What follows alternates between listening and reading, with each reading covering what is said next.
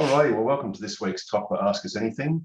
It's been a fairly quiet news week this week, but one of the things that's come up is that the request full self-driving beta button has finally arrived in the United States, much to the excitement of our American friends. And for those who are curious, if you have bought autopilot, full self-driving, you'll get something like this appear on your screen.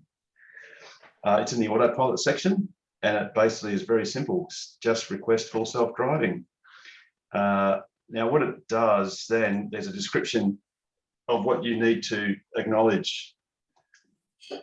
So basically that there's a collection and review of ongoing then associated vehicle driving data while you're enrolled, and you understand that you're responsible for remaining alert. So it isn't really just let you drive for you. You have to look at all times.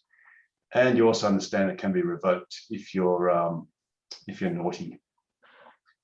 So, and obviously there's been quite a few YouTube videos that have followed with some interesting sort of footage of really just incremental improvements. I think it's now up to version 10.1. And I think next Friday, Friday week, Elon Musk has said there'll be a version 10.2, which should be more amenable to actually getting the full self-driving beta. Now, as part of that process, Tesla have also introduced a safety score, which is part of the qualifying process of actually getting the FSD beta. So what the car basically does is it calculates a few scores, and it's effectively the rate of forward collision warnings per 1,000 miles, hard braking, aggressive turning, and unsafe following. And depending on how you go with those sort of metrics, you can then, if you're really good, get a score of 100, which is perfect. And I think Elon Musk in Twitter has indicated that those, well, in the United States at this stage, who have scores of 100 will be inducted first, and then it goes sort of, it walks backwards from 99, 98, so on. And you can see, you can actually get daily details. So this person has actually, in one day, got a score of 94 after driving about 15 kilometers. So yeah, that's sort of interesting. I think those metrics can also sort of dovetail into Tesla's insurance offering, which again is limited to just well, I think it's just California at this stage, and I think Texas is following soon. And really the last bit of Tesla news is actually fairly local to us, or at least to Australia, and that's that Tesla's Geelong 300 megawatt / 450 megawatt hour very big battery installation is to resume commissioning following the fire it had back in July this year. So that's great news. So it's today, yeah. So commission today, yeah. Yes, yeah. Exactly, 29th of September. So, and there were reports out describing what basically happened. We can sort of get into those weeds a bit later on into the program, but it was one of those classic sort of cases of the Swiss cheese model of a whole lot of unfortunate things had to happen in a row, which they obviously did, for this thing to actually catch fire, and unfortunately that actually happened. But the good news is Tesla have learned from that, and I dare say they've made their system fairly immune from any future similar events. Wasn't all Tesla's fault either, just to quickly... Precisely, yes. And a lot of it was just circumstance, and one of those sort of, it's just some of those minutiae of things that you just don't think of at the time that obviously can add up to a problem occurring. And really, it was only during the commissioning process that any of this was sort of, in a sense, allowed to happen, or could happen in this case. But anyway, be that as may, the good news is it's back on track.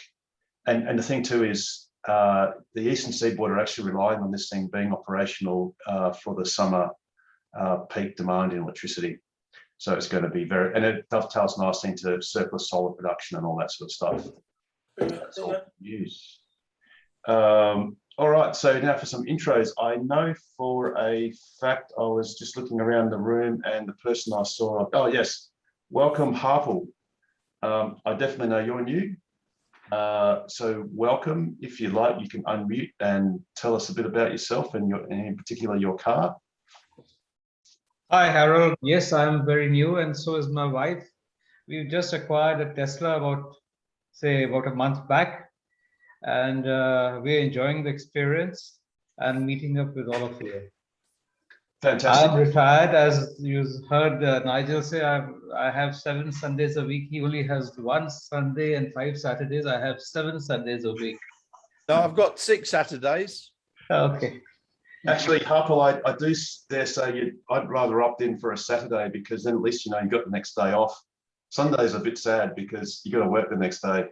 Okay. But then again, I'm just point taken. Yeah. My wife's still working. She's a teacher, primary school teacher, quite close by at Covella Primary School. Yep. And yeah, we are both enjoying the experience being with Tesla. Fantastic. Fantastic. Now looking around, I think Mike, I've not seen your face before, so welcome. Once you unmute.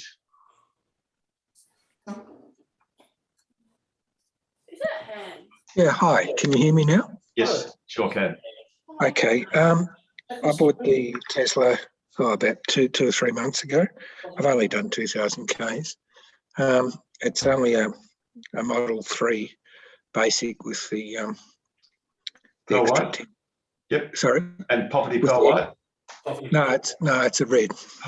Wow, really flashed out and gone Well, the reason I got it was I was looking for a car, and I booked a test drive with Tesla.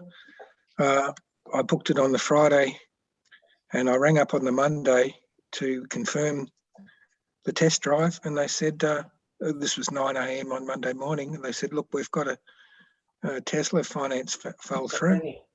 So I got it within the week. So I was very lucky. Fantastic. And I got the self-drive, paid for that, put a few mods on it, mud flaps and mats for boots and all that sort of crap.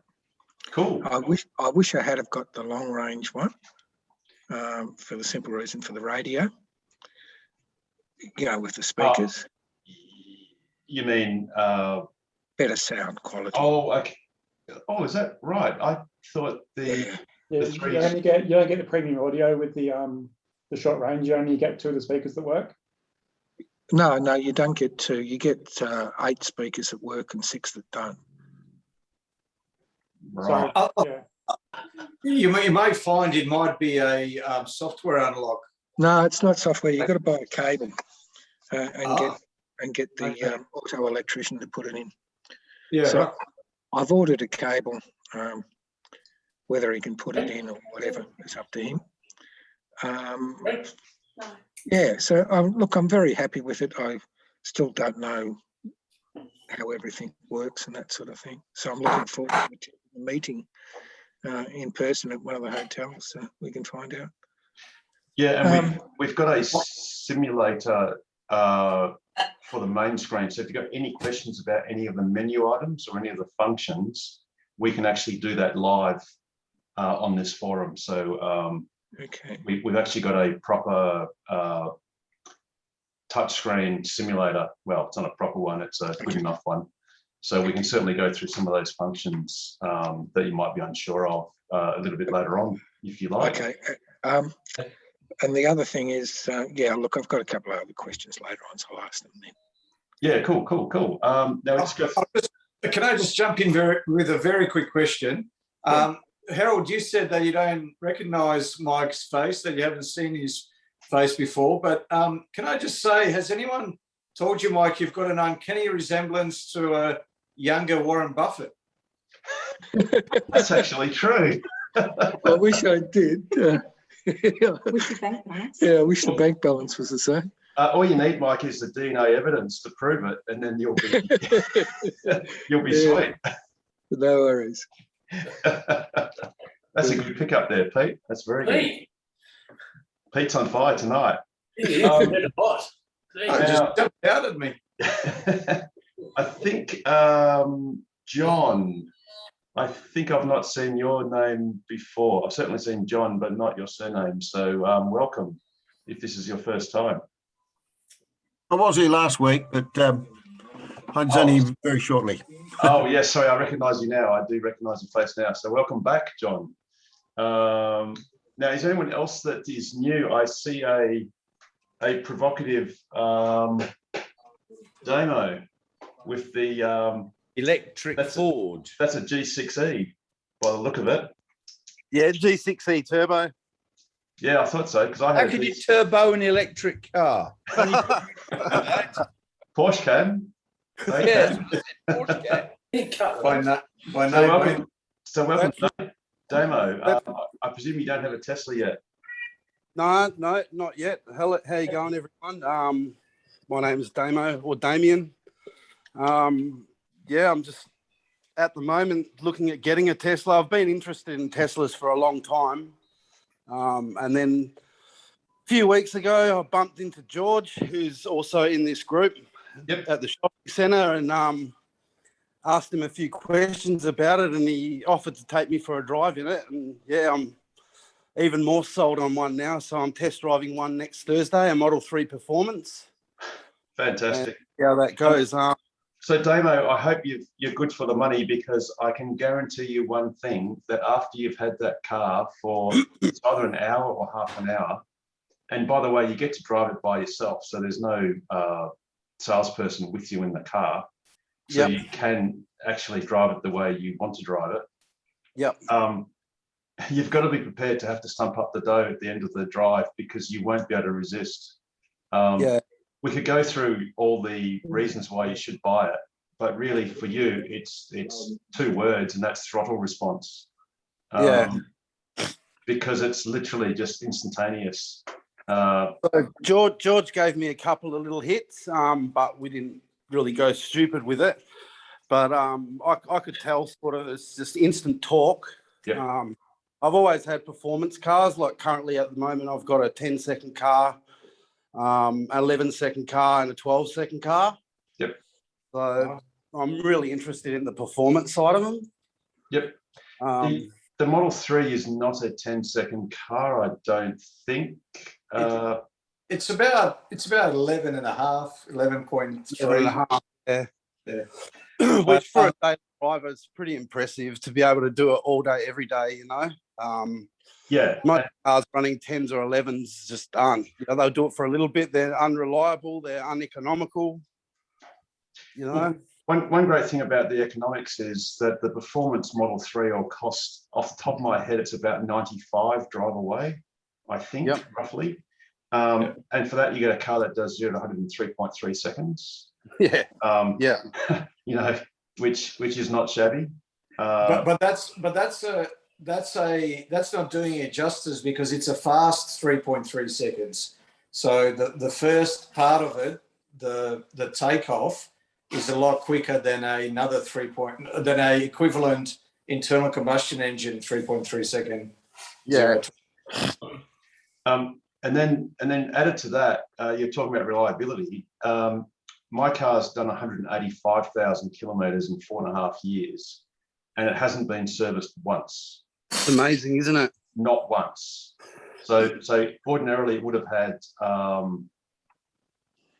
12 services by now, and this is actually a 7-seat SUV. So that probably would have cost an average of $500, $600, $700 depending. Especially on the major services at 100,000 Ks. One thing, you won't wear out of your brakes, because basically most of the energy gets regenerated back into the battery. Your running costs are super low. You can pay between not very much and nothing for the fuel, effectively, particularly if you have solar. You probably saw George at the Riverton shops, I'm guessing. No, Champion Lakes. Oh, okay, cool. There are quite a few places that have free charging at the moment, so that's sort of a slightly sweeter sort of deal. The other thing too is, you probably used to have an old Nokia phone before smartphones came out. Yep, sure did. You know, everyone thought that Nokia would rule the world. In fact, it probably had one of the larger market caps of all the technology stocks. Literally everyone in the world basically had a Nokia phone. Yep. Until a little fruit company called Apple came along in the mid 2000s and brought out this weird looking flat thing that not many people liked, because there's no tactile feedback. You know, you couldn't answer it in your pocket because you couldn't feel, you know, any answer button. The battery wouldn't last very long. You know, the Nokias would last for a week. You know, people are pretty skeptical. Now, you know, 15 years later, every single one on this planet has basically got a smartphone. So the Model 3, what you'll see, and we can do some demos on the actual screen simulator, is virtually all of your controls are on this touch screen that's menu driven, just like your phone that everyone's gotten used to. So you don't have to put up with all this cacophony of knobs and buttons and dials and stuff that is only, you know, used once a week or something.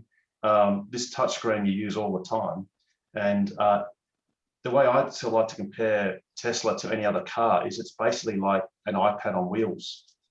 And before Pete jumps in, a very sage bit of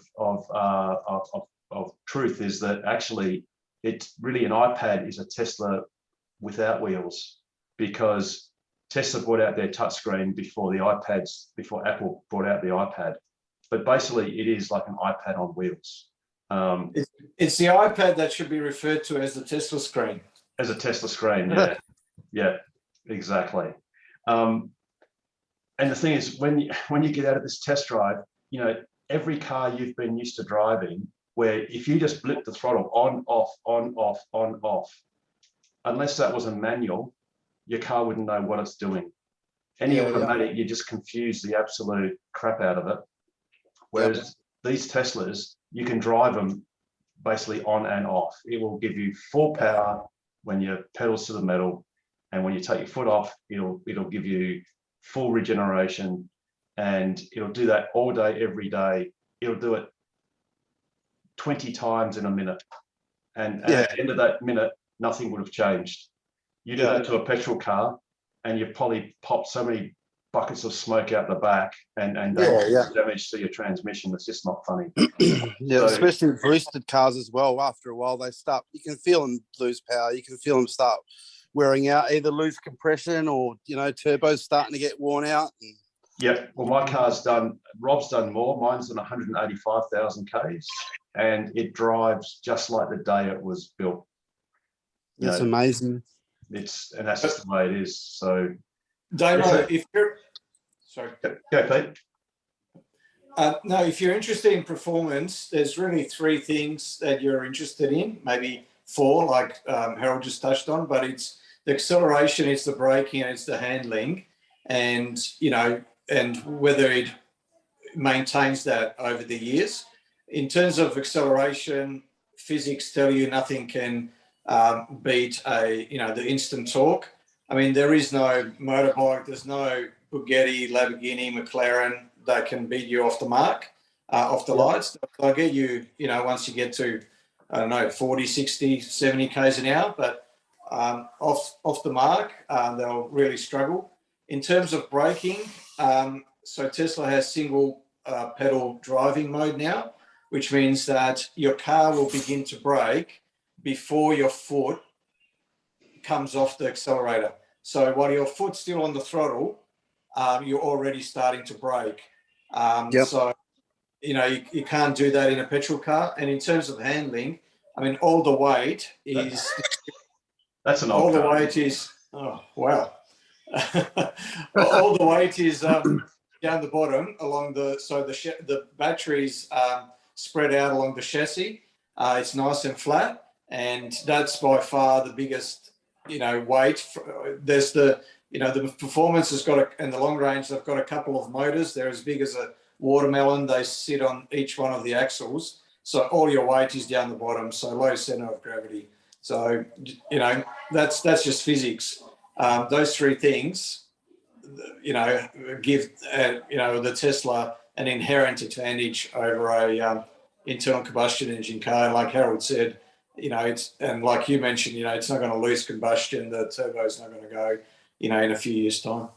Did you see the video of the Moose test where the car is traveling along at 75 kilometers an hour? They had a RAV4 and it has to suddenly swerve around some cones and it lost control. And then they brought the Tesla, I think it was a 3 or a Y in at the same speed, and it just went completely under control, missed everything that it was supposed to. It was brilliant. Unreal. Is there a model that'll break 10s? Yes, the Plaid's about 9.5, 9.4 second quarter mile car. Yeah, no, it's sort of it's around the same sort of price range as the MP3. I'm actually torn, like at the moment, whether I should get a M3P or just wait for the Plaid. I've been looking into because I mean the price difference between the USA and here, what I've seen the Plaid's, $60,000 to $70,000. So I was thought, what if I could get a Plaid used in the USA and ship it over here? But the guy at Tesla this afternoon said you won't be able to use it here because it won't be compatible. Yeah, they won't let you unless it's a older car. I think it's got to be 10 years old or something like that for you to be able to over a left-hand drive. So Damo, the Plaid Model S will cost you $236,000. Yeah. So, but that will do 0 to 100 in 2.1 seconds. Yeah, I know. It's absolutely amazing. Like I've done all the research on it. But yeah, it's just at this stage of my life, it's just a bit out of my reach. The Minister of Finance sitting beside me, he would absolutely kill me if I went and did that. And you'd probably deserve it, to be honest.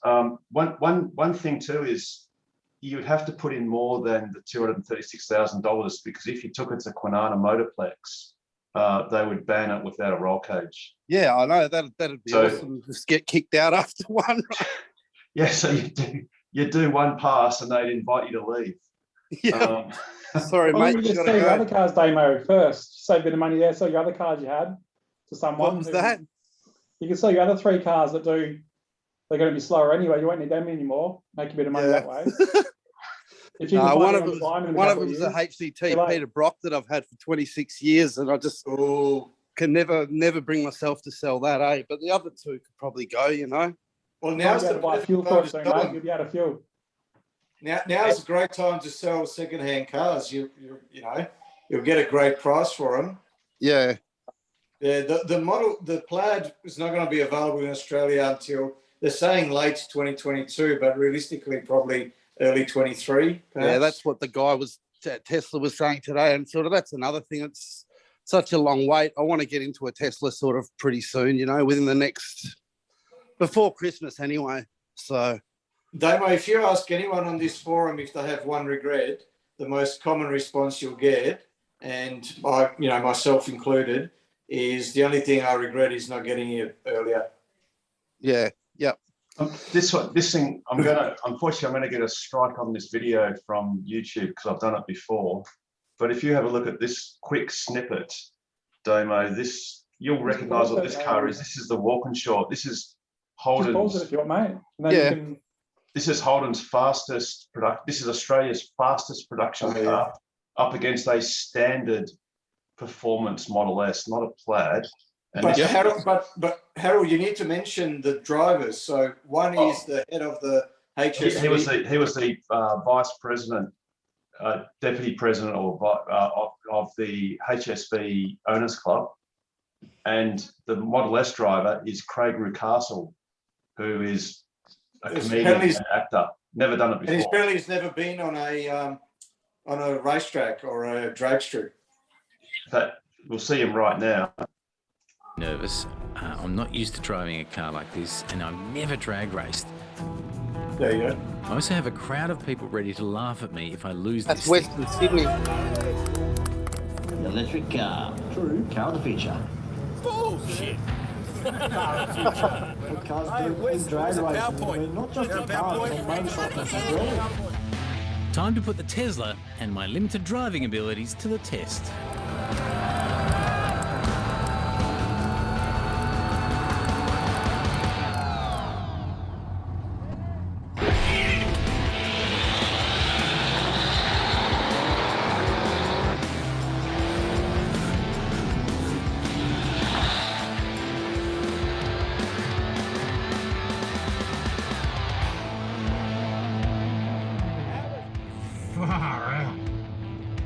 So that was an M3P.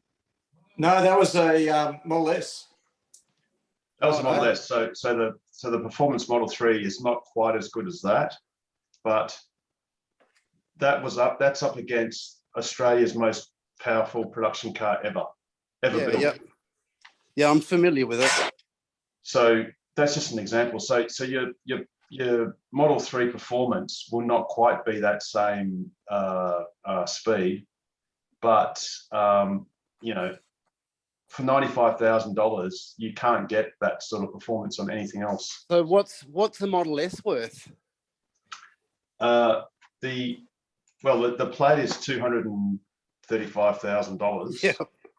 So that's a bit expensive.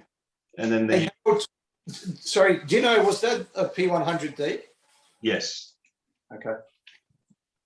Tesla. So you can see all of this stuff on Tesla.com. So when you go to Model S, but I mean the bad news is you can't get it now. And like Pete said, and I'll say, the one thing you'll regret is not getting it sooner. So that one in the video, it's Harold that I'm talking to, isn't it? Yeah. So that one in the video, Harold, was that an older Model S? Yes, it's an older Model S, which is no longer available. So the cheapest Model S you can get now is a long range, which is 174,000 drive away. And that does 0 to 103.2 seconds. So it's slower than the M3P. Yes. Yep. But it's not a bad daily driver. And then the Plaid is, 230. But if you go back to Tesla and then you go to Model 3, which you can get one of these in probably a few weeks. Yep. Particularly this time of year or this time of the quarter, it does 0 to 103.3 seconds, and the drive away price in WA in Poverty Pearl White is $95,189. Yeah, Anand just asked a question which I was actually just about to ask, was what sort of prices would you pick up a used Model 3 P100D? I just had a look on Car Sales Demo.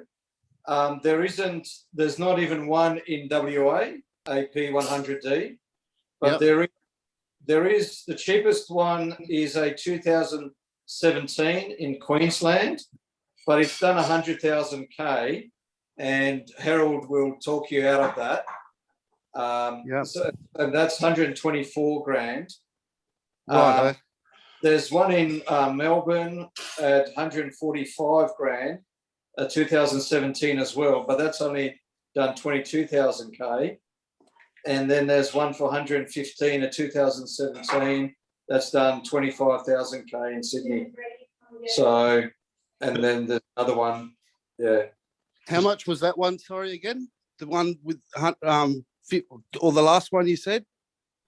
The last one in Sydney, which did 25,000 K, 2017, 150 grand. 150, sorry, yeah. Geez, my wife's going to kill me. No. So we're here to support your marriage, and the best way you can do that is you just drive the test car next week, and you just sign yourself up for a performance Model 3, 95,000 brand new, drive away. Yep. Poverty Pearl White, which looks awesome. There are a few other color options. So, do you prefer red, blue, silver? You're like black, I think. Yeah, I'd like black with like a cream interior. No, we can't do that. But what we can do is we can get you into a white interior. So, and that's pretty cool. It's got white, ultra white seats. I would go black with white. I've always had. So that's just topping you out just beneath the ton. So it's a little bit just under Donald Bradman's average score. So for $99,000 with a little bit of change, you've got this interior. And that's on road, by the way, too. And that's on road. You've got this looking cut. Look at that. It's even got red brake calipers. And you've got that's beautiful. Awesome 20-inch Uber turbine wheels. Yeah. You got the side profile. You got the quarter profile. look at those wheels. Like, you know, it's if that doesn't make you all happy at home, then I don't know what will. Yeah, I'm well and truly sold, especially after going for a drive with George. And not only that, just all the cool stuff that comes along with it, like the self-driving and, you know, just he gave me a good rundown on the car. It's awesome. Yes, yeah, exactly. So I'm still going to be getting divorced, but because the Minister of Finance has sort of authorised about 80K. Well, that's okay, because if you have a look here, if you go to the bottom of the page and you've got calculate financing, what you can actually do is you can get it on loan, and notice how the interest rate, it's through Pepper Finance, is 2.99%. By when I say Minister of Finance, you know, I'm referring to my wife, yeah? Yes, absolutely, indeed. Indeed I do. Damo, one thing you can mention to the Minister to try and bump that 80K up is that it is the safest car in the world. So yeah. Hey, Damo, can I give you a bit of advice? Here we go. Don't let your wife drive the car, because you won't be getting it back.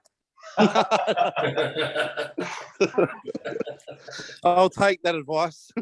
And actually, it's a very good point, because even though that car is probably faster than most of the cars you've driven on the street, as you know, driving a high performance modified, you know, drag car on ordinary streets isn't a particularly pleasant experience.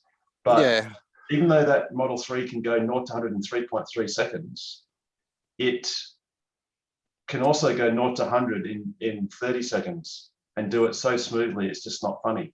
So, yeah, you know, your missus can drive exactly the same car perfectly normally, and then on the weekend you can take it to the drag and just, you know, let loose. So yep. it's really, it's like a Jekyll and Hyde. It can just be a daily driver, very well behaved, very comfortable, very, very comfortable, but it's also got a mean streak if you wanted to. So I can't wait to get one on the track here. I'm yet to find a video of a M3P on the track here in Australia, you know? Oh no, there are. Actually, sorry, West, green thing. What's that? So there's, you know, the Targa West rally. Yeah, yep. So that's not on a track, that's on public roads. But the Model 3, it's called the Green Theme. One of our lifetime members, he's actually bought that car for a racing car driver, him and his wife, so Jürgen and Helen. They drove in the Targa West rally last year, and in the 130 class, they came first by about 8 minutes, which is absolutely unheard of. So basically, yeah, it's awesome. He could have hopped out of the car, grabbed the coffee, and he still would have. There it is. He still would have come first. But this year, they put a roll cage in, and he went into the 165 class. So they're limited to 165k an hour, and he won that class by 8 minutes as well. Which unreal, isn't it? Yeah, unheard of. But the thing is, Jürgen doesn't have a limiter on it. So most of the petrol cars, they'll get to 165 and it won't let him go any faster. Whereas Jürgen's got to keep his eyes on the tacho to make sure that he doesn't go over it and get penalised. So yeah. It makes it much harder to drive because he can't just keep his eyes on the road. You know? Yeah. Always got to be watching that speed. Yeah, exactly. Yeah. Not to go over it. I like to watch the Targa West and sort of circuit racing, but me myself personally, I'm more 0 to 400 meters, like quarter mile drag racing. Yeah. Now, with like as far as modifications, right?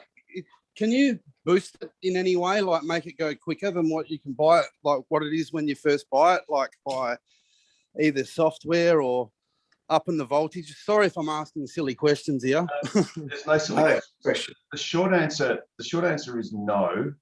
Yep. At this stage, Unplugged Performance and is it Mountain something? Not Mountain Pass, but there's a couple of American performance tuners that do accessories for Teslas, but they're mainly to do with handling accessories, so suspension tweaks. But straight line, there are no real tweaks you can do. So you'll just have to put up with the fact that it drives like a rocket from day one. So if you want to go faster, basically you've either got to buy a Model S or a Plaid. Yeah, exactly. So now that said, Damo, I've got a performance as well, and a black performance too. But when it had roughly about 5% less power, and probably about 3 to 5k less range. So I've just VRA free over the air. Sorry, what was that again, man? You broke out a bit. Did you get that one used, you're saying, or? Yeah, so when I bought my car, about, I don't know, 6-8 months afterwards, I received and we all did, received a free over-the-air update. And I've got a performance as well, Model 3 performance. And it gave me roughly an extra 5% more power and roughly about 3 to 5k extra range. Wow, that's awesome. Yeah, so they were able to find a bit more power get a bit more power out of it just by tuning the algorithm. Yeah, that's awesome. So realistically, if you Tesla could boost it if they wanted to. Yeah, it's all about it's a trade-off between. I mean, that car could go a lot faster, but it's a trade-off between that and protecting the battery. Yeah, so that it lasts 20 years. Hey, Harold, it's a good segue for you to show why Pete was in the doghouse for 3 weeks with that Model 3, the Synergy Drive test. Oh. Yes, that will give. And when Pete did the 3 weeks, parole. I mean, probation. Yes. Just renovating. Remember? As far as the record, batteries go, Jared, I was not in the doghouse, just for the record. The record. No, I believe you. Sorry, I'll just start this. Okay, ready? You don't have a Sonic or anything? No? awesome. I love the reaction videos of the launches, Yeah. Never get sick of just wanted to react. people's reactions. One of the best. That's a great video. Indeed. There's one thing I want to add there, Harold, is with ice cars as well, there's a lot of work you got to do with controlling the acceleration, the clutch and things like that when you actually take off. The Teslas have built-in computers that control that launch. So you pretty much just, the faster you can get your foot to the floor, that's really going to dictate how fast you're going to go. There's no real feathering the clutch or stuff around with the throttle. It's just all or nothing. And the traction control as well. You can't compete because of that instant torque. A petrol car can't react as quickly to the wheel slipping as a EV. Yep. Tesla Model 3. Maniobra de Oops, I'll just turn that thing off. But this is basically one of the... this is the Moose test. I've just got it up ready to share it. and this is slowed down. So in the next scene, it'll actually show it in real speed. Geez, that's good, isn't it? Because all the weight's down low. Yeah. And that's standard suspension as well. So you can do what the Model 3 and the Targa West did, and you just lowered and stiffened up the suspension a little bit. And Borg does that. Oh, that is just magic. And at the end of that video, Harold, yes, near the end, there's I think it's a RAV4, completely loses control. I'm not sure about this one. This. I might not have the same video that you've got, Nigel. So if you've got it, feel free to. Oh, I've got. Oh, mine's a Tesla Model Y. Ah, okay. Do you want me to share that? And it's got a few different ones on there. I think there's a this at the yeah. Have you got that now? Yes. Right. So Just make the screen bigger. Bottom right-hand corner. Is it big? No. Of the screen of what you can see, where the KM77. Oh, right. Yeah, that one there. There you go. Good job. Yeah. So you can see how that's got good control going, and that's at 73 kilometers an hour. Hey, Harold, while Nigel is showing this video, maybe you can queue up the video of the roll test of the Model X. Hold on. Oh no, this one hasn't got the other one, but that's the Model Y doing it, which is quite spectacular, the control of it.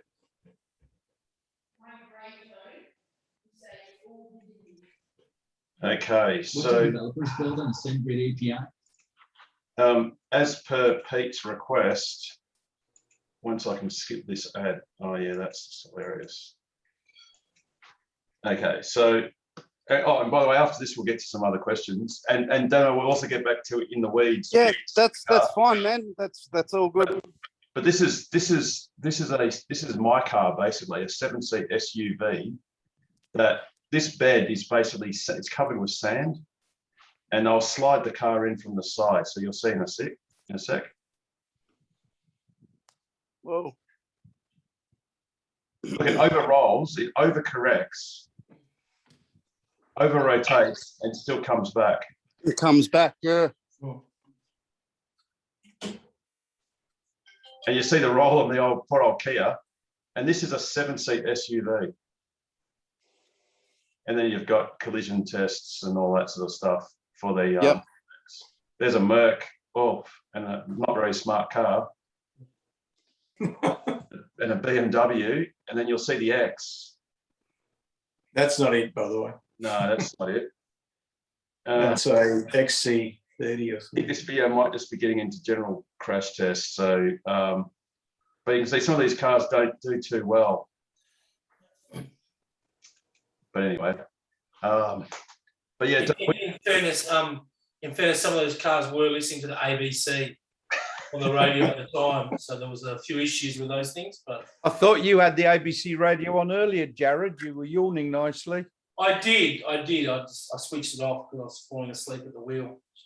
So you can't zoom and listen to ABC. I think he's tired from packing all his lights up from a couple of days ago. Yeah, I was a bit tired actually. Yeah, it was a very long day. Did about 3,700 miles on my feet. Did you guys end up meeting up? No. I figured Jared would be pretty busy, and Yeah.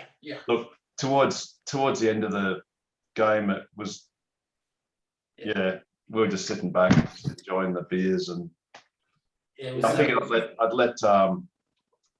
let Jared just get on with it. For those that watched it on TV or were there themselves, I did make sure to ask Jared whether those stupid fluoro-looking light things were his, and I prayed and hoped that they weren't, and he assured me that they weren't. So that was good, because that was a Melbourne company that thought they would be intelligent to run 6 universes of ArtNet streaming, but just didn't take into account that there'd be 61,000 people all with mobile phones holding up in the air, and then 250 mobile ATMs going at the same time. But I believe the spectrum that I saw the report a couple of hours later said there was absolutely no frequency available at all. So those tubes just didn't work. No. So pretty tragic for them. So yes, doesn't matter. But it was a great show, and we'll get into the weeds on that a bit later on as we go well and truly after dark on that one. So is anyone else that's new, in case I've missed? I think Anand, welcome back. For those that don't recall, Anand he actually got his car yesterday. Oh yeah, Anand, tell us about. Congratulations, Anand. Tell us about the delivery experience, if you want to unmute. He's been listening to the ABC as well. Ha ha ha. Oh, there he is. He's woken up. Oh, Richard Cooper. Doctor's in the house. So Anand, tell us, how long did your delivery take? They said 15 minutes for the delivery.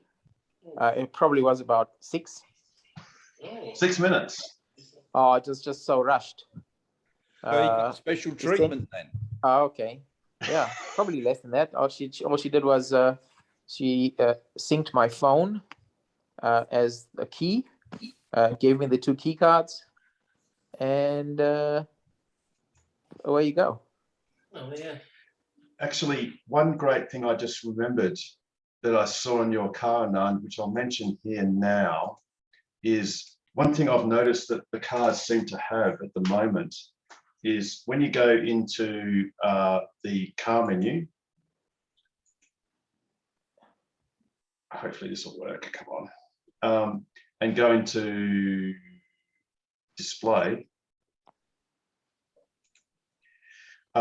the display mode was in day, and I've actually seen this on someone else's car as well, so it wasn't in auto. So obviously for those that have got their cars in auto, you know that at night time, or actually when the sun sort of sets, basically, it goes in, automatically goes into a night mode where this thing inverts into dark mode. Anand's car and another one I've seen, they were actually manually set to day, and also the screen brightness was manually set and wasn't auto. So for anyone that hasn't yet gotten the car, or even if you have got your car, just check, because you might not have noticed if you don't do a lot of night driving, that set the display mode to auto. So then it dims down, it goes to dark mode at nighttime, and also set it to auto. So that when it gets dark, the actual brightness, screen brightness reduces as well. And when it gets light, it increases. So yeah, I did notice that on the drive this evening that it automatically did change, and it was a lot better. Yeah, cool. It's so much nicer. And another thing to note, in the hour or so that I was there yesterday, for the pre-delivery and in pickup and also a test drive, there must have been about 6 people receiving cars as well. Yes, they're going flat out because it's tomorrow's the deadline, because basically that's the last day of the quarter. So they need to have everything out of stock by close of business tomorrow, or else, because basically it then doesn't get included into the quarterly results.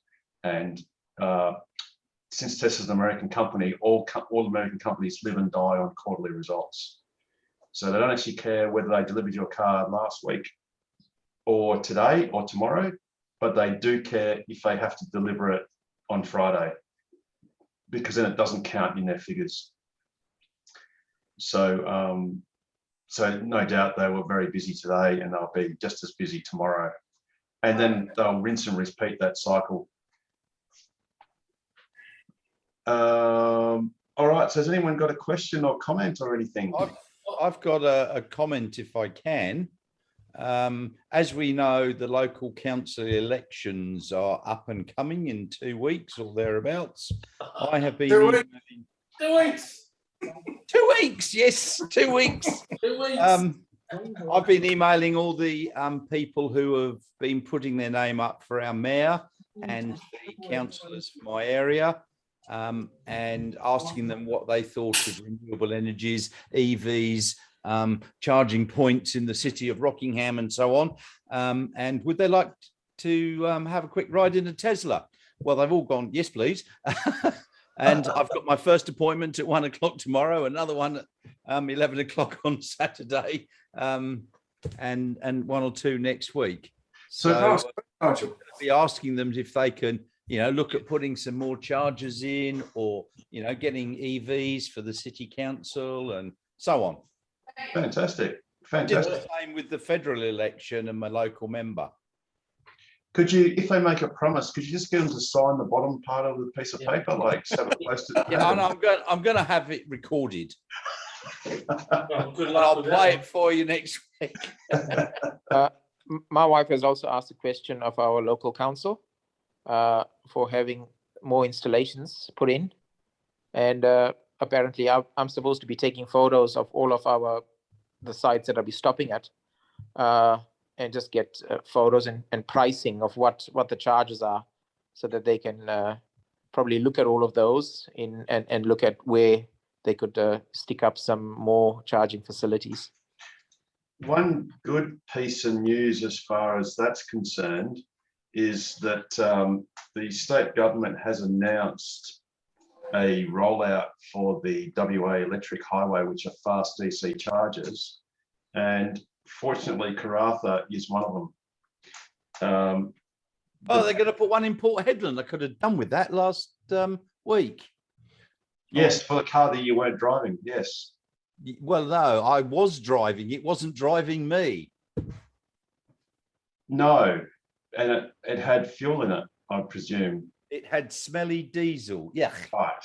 So Anand, so Karratha is getting a fast DC charger, but it's not getting one for a couple of years, unfortunately, under this program.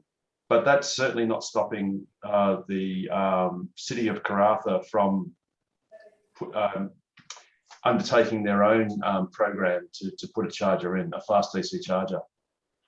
I was going to hit our CEO up this week about charging stations at work, or at least some PowerPoints out in the car park. Yes. Awesome.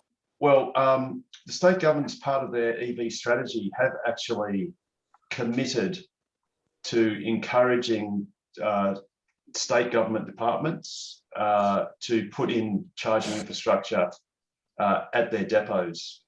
I think for the purpose of the fleet cars, and probably also in general for EVs for their employees as well. And I dare say local councils, that they're sort of being encouraged to do similar things. The only sticking bit there is if you're an employee, it's got to do with fringe benefits tax and all that sort of stuff. So they've got to, you've got to basically pay for that benefit. Otherwise, people with petrol cars will say, well, can't we have a couple of dinosaur juice every day as well? Yeah. But, Harold? Yes, John. I've just brought an S model over from Melbourne, and I had to re-register it with the WA government through Department of Transport. Yes. And I was most indignant that both Joel and Jamie told me that they were getting their threes registered at around about $500-600 a year for rego and third party. Yep. And the weight of a 3 is about 1780 kilo, and the S is about 2040. Yes. And they hit me $1,050, and I miffed at that. Yes. But the other thing that I probably can feed back, having had an S for 4 years and being hit 3 times in a speed trap, because when you plant your foot, it goes over the speed limit so quick that you've got to watch your foot, whether you've got a lead foot or not. What I've done is I've got the beep set up for the speed limit. Yes. And it drives my wife nuts. But it works. I haven't had a speeding ticket now for just under 3 years. So, John, sorry, John, did you actually move over here from over east, or you bought that car over east and bought it over here? No, I bought it. Actually, the history is a very interesting one. It was traded in on a P100D, and I got it very, very cheaply, and it is a lifetime power. So I'm very proud to say today I was able to charge for the first time at Karrinyup, and I had the adapter done this morning with Ben. Ben sends his regards, Harold. Oh, yes. Thanks. It's a hell of a lot cheaper than me charging at home. Yeah. I brought the charger over from Melbourne and fitted it. Anybody who moves it from one state to another, it works out to about $1,100 with jet charge. Yeah. But so did you buy that sight unseen, John? No, I was walking out of the Chadstone showroom about to buy a Genesis, actually. And I said I refused to pay more than $100,000 for any motor car. But I was involved in the development of electric vehicles back in the mid-'80s, as I said last week. And the state manager, sales manager for Victoria tapped me on the shoulder and he said, this one's just been traded in on the P100D. And the bloke didn't even mind what he got as a trade-in. So he said, this is designed for a quick sale from Sydney. And I got it very, very cheaply with 14,000 kilometres on the clock. Oh, excellent. And it was an S70D. All the performance, everything, and total updates and the warranties that everybody knows about. And I got a picture of it. They put it on the truck in Sydney and brought it down. And I've had it ever since, 4 years of it. But John, your Model S, it's not a blue colour, is it? Yeah. I think I saw you carrying up today. Yep. That's where I was charging. As soon as Ben had finished and I'd reprogrammed the car, I actually had to go to what did I have to do first? I went to the dentist first, and then from the dentist got a haircut and then went up to Karrinyup. But it's about the same charging speed as the superchargers in Melbourne. I was using Richmond and Camberwell. Yep. I haven't got the patience for the destination charges. The only one I did tolerate was Chadstone itself. The charges outside Myers are very handy when you want to go shopping, and if you want to go and have a meal or something or other, it tops your car up. But at that speed charging, it's not that good. But one thing I'd say, with all you guys looking for performance for acceleration, I'm an energy and water consultant on conservation. I drive by the worm. So I try to keep my specifics down to about 170 watts per kilometre. So it pays because it helps your range a lot. My range with an S70D is still up around the 350 mark. And as soon as you plant your foot, it'll pull it right back to about 250. Yeah, that's exactly right. Yep. So Damo, don't get too excited about what John's described, because firstly, it's a non-performance version, and it's one of those. And actually, at the moment, the second-hand Model S's have probably come up in price a little bit because you can't get them for love nor money. So there are no Model S's available until the absolute end of next year.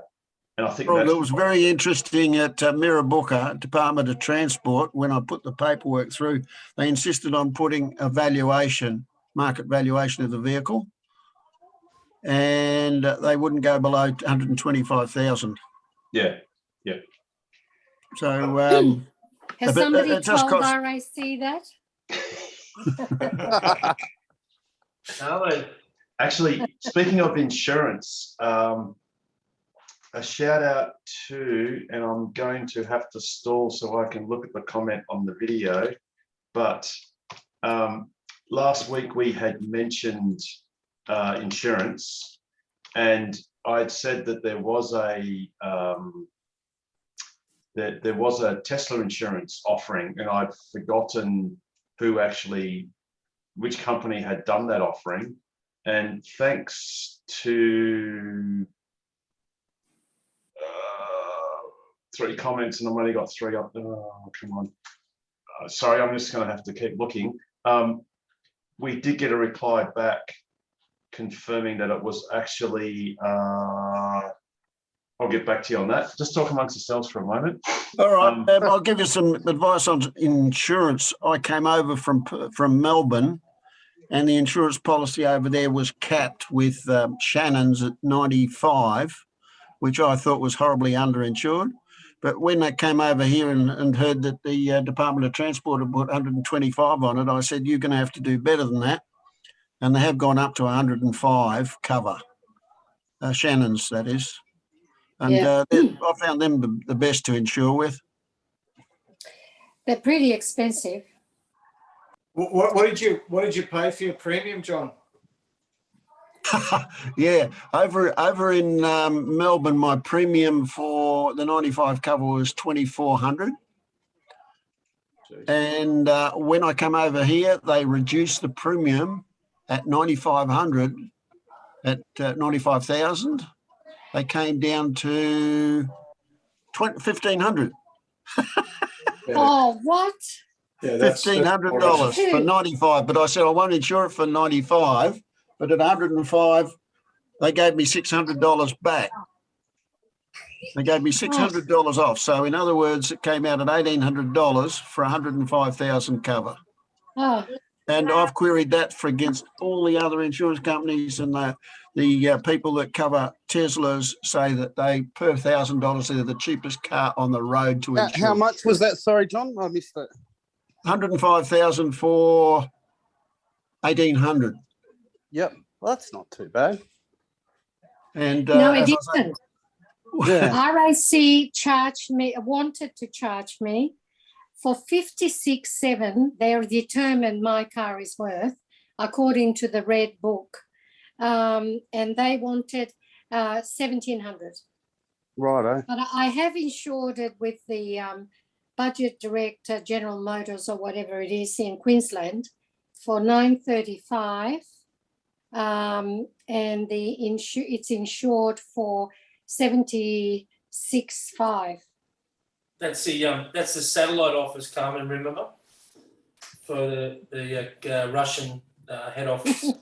Hey, Carmen, my long range is agreed value at 90,000 because I've done some upgrades, bits and pieces, and I'm only paying $900 with RAC for a $500 excess. Oh, don't say that. I think it's the day you call them. I don't know what it is. But Russell, you don't live in Dalkeith, mate. That's why. No, you've got to take into account your postcode is very important. No, Richard Cooper's with RAC and he paid $800 and something for his. $868 for 100,000.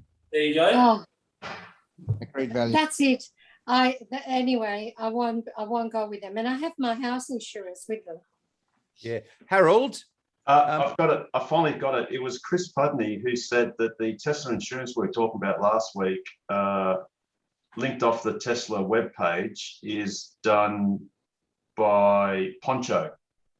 And I actually went to the trouble of getting a quote for my car, and Poncho, or the My Tesla Insurance, had an awesome premium offered to me of only $2,300 and something. So that was. I checked them as well with my one, and they weren't very competitive. I thought you'd get a better price because they knew Teslas, but it was double, triple even. Yes, exactly. That's because I think they've had some expensive claims. So thanks, Chris, for that comment. And actually, Jared, Chris had a great comment on a couple of weeks ago where he said that if you played the video at 2 times speed, that Jared's jokes are twice as good. Well, they're over twice as quickly, which is probably more to the point. Harold, young Wendy, where's she gone? Wendy, there you are. She wants to ask a question. Yes, Wendy, welcome. Hi, everybody. It's nice listening to the woes or the wins of insurance. I've just not been able to get my telephone to respond when I used to be able to, but before a software upgrade, or quite a few months ago now, you used to be able to just talk to the phone app and say, call a number, and it would dial it for me. But since the software upgrade, I can't find that. I can see how you can get to telephone, and I can see my phone book, I can see my favorites, I can see my recent calls, but I can't see how I can ask it to call a number for me while I'm driving. Does your car respond to other voice commands? Oh, I haven't used any. What else can I get it to do? Make me a coffee? Navigate. You can say navigate to an address, like navigate to Perth Stadium or navigate to the airport. Well, I haven't used that function. Open butthole works good. That's boring, Harold. Yeah, just say open butthole. That's much more fun. That's terrible, Pete. That opens a charge port door. Wendy, which area do you live in? East Frio. Right. So, I mean, there's plenty of Do people anything on your phone, maybe? who can come What's that? around and help. Oh no, I was just wondering if somebody could tell me what. So Well, what do you have to it's do to best- get voice even? Well, to say- you press down on the right scroll wheel.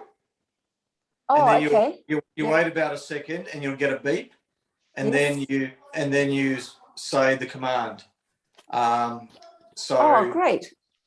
yeah, and try that, see if that works. And you can say, you play techno music or whatever, play, so you can try all various commands. There's actually a whole list of them online. If you just Google Tesla voice commands, there's plenty of websites with all the lists. But you can even say open glove box, and it should open the glove box. So that's another fun one. But, That's great. Yeah, but if it's that's the best way to actually test whether the voice command feature is working properly. So when you say push down, it's you actually Scrolling. No, don't scroll. You actually push down. Push it in. like push it in towards the Push steering it in, wheel. sorry, yeah. Yep. Yeah. And it's the right hand one. Correct. Push it in and just hold it down for a second or so. I can imagine there's heaps of people out there that don't know how to use that, don't know how to do that. So It does all sorts of things, like you can go, I'm hot, and it'll turn the air conditioning down, or turn the fan speed to 7, and it'll turn the fan speed to 7. It does amazing stuff. that's cool. And will it make me a cup of coffee? No, but if you ask it to play ABC, it'll put you to sleep. That's the scroll wheel there, Wendy. So you just Oh yeah, no, I know what that is because we use push it in the when center we're- of that. Yeah, when we're auto steering or yeah. And don't forget the scroll wheel actually has a wheel function going up and down, but you can also toggle it left to right, and that can change its function as well. So see how you've got the little arrows? Yeah, I've only really been using that when we've been auto steering or altering the distance. Yeah, that's what it's for. Yep. Yeah, but I didn't know it did that, so I have learned something. Thank you very much. Cool. Well, Carol, it'll be I have a interesting to question. see if it understands you, because I ask for things, but I don't always get the right thing. It doesn't like it. That's your posh accent, Carmen. Is it? Actually, I remember now. I couldn't say call because it thought I was saying cool. I had to say dial. Yeah, so Might still work. yeah. hello. Well, I'm looking Harold forward. and I'm looking forward to putting that into action tomorrow. Thank you very much, everyone. For those people, Harold and Pete, software in the Tesla. And I've had this argument with Melbourne, Richmond, and they say that it's still coming, that school zones, 40 kilometres in school zones, they do not adjust for time of schools. it does. Yeah, it does. Yeah, definitely does. They've you drive through on weekends and it will still tell you that it's 40 kilometres an hour. Oh. And Tesla have told me they will not change it in Australia yet. They've started modifying in the US, in California, but they won't do it here yet because we don't have the demand for it. Well, certainly for what I do anyway, because I don't want to speed through school zones and get tickets all the time. Any comment? Well, I know in my car, it definitely does work. So when I go through a school zone, it gives me this. So there's usually 3 sets of speed indicators. There's your cruise control speed, there's the actual speed that you're doing, and then there's the speed limit. But when I go through a school zone, it gives me a 4th speed that comes up, and it's got a tiny little clock icon. Which presumably suggests that it's, that's the speed because of that time of day. So I've definitely seen it work on my car, but yeah, I'm not sure why. Yeah, that's puzzling to me. Didn't you say though? I'll watch for it and see if it comes up.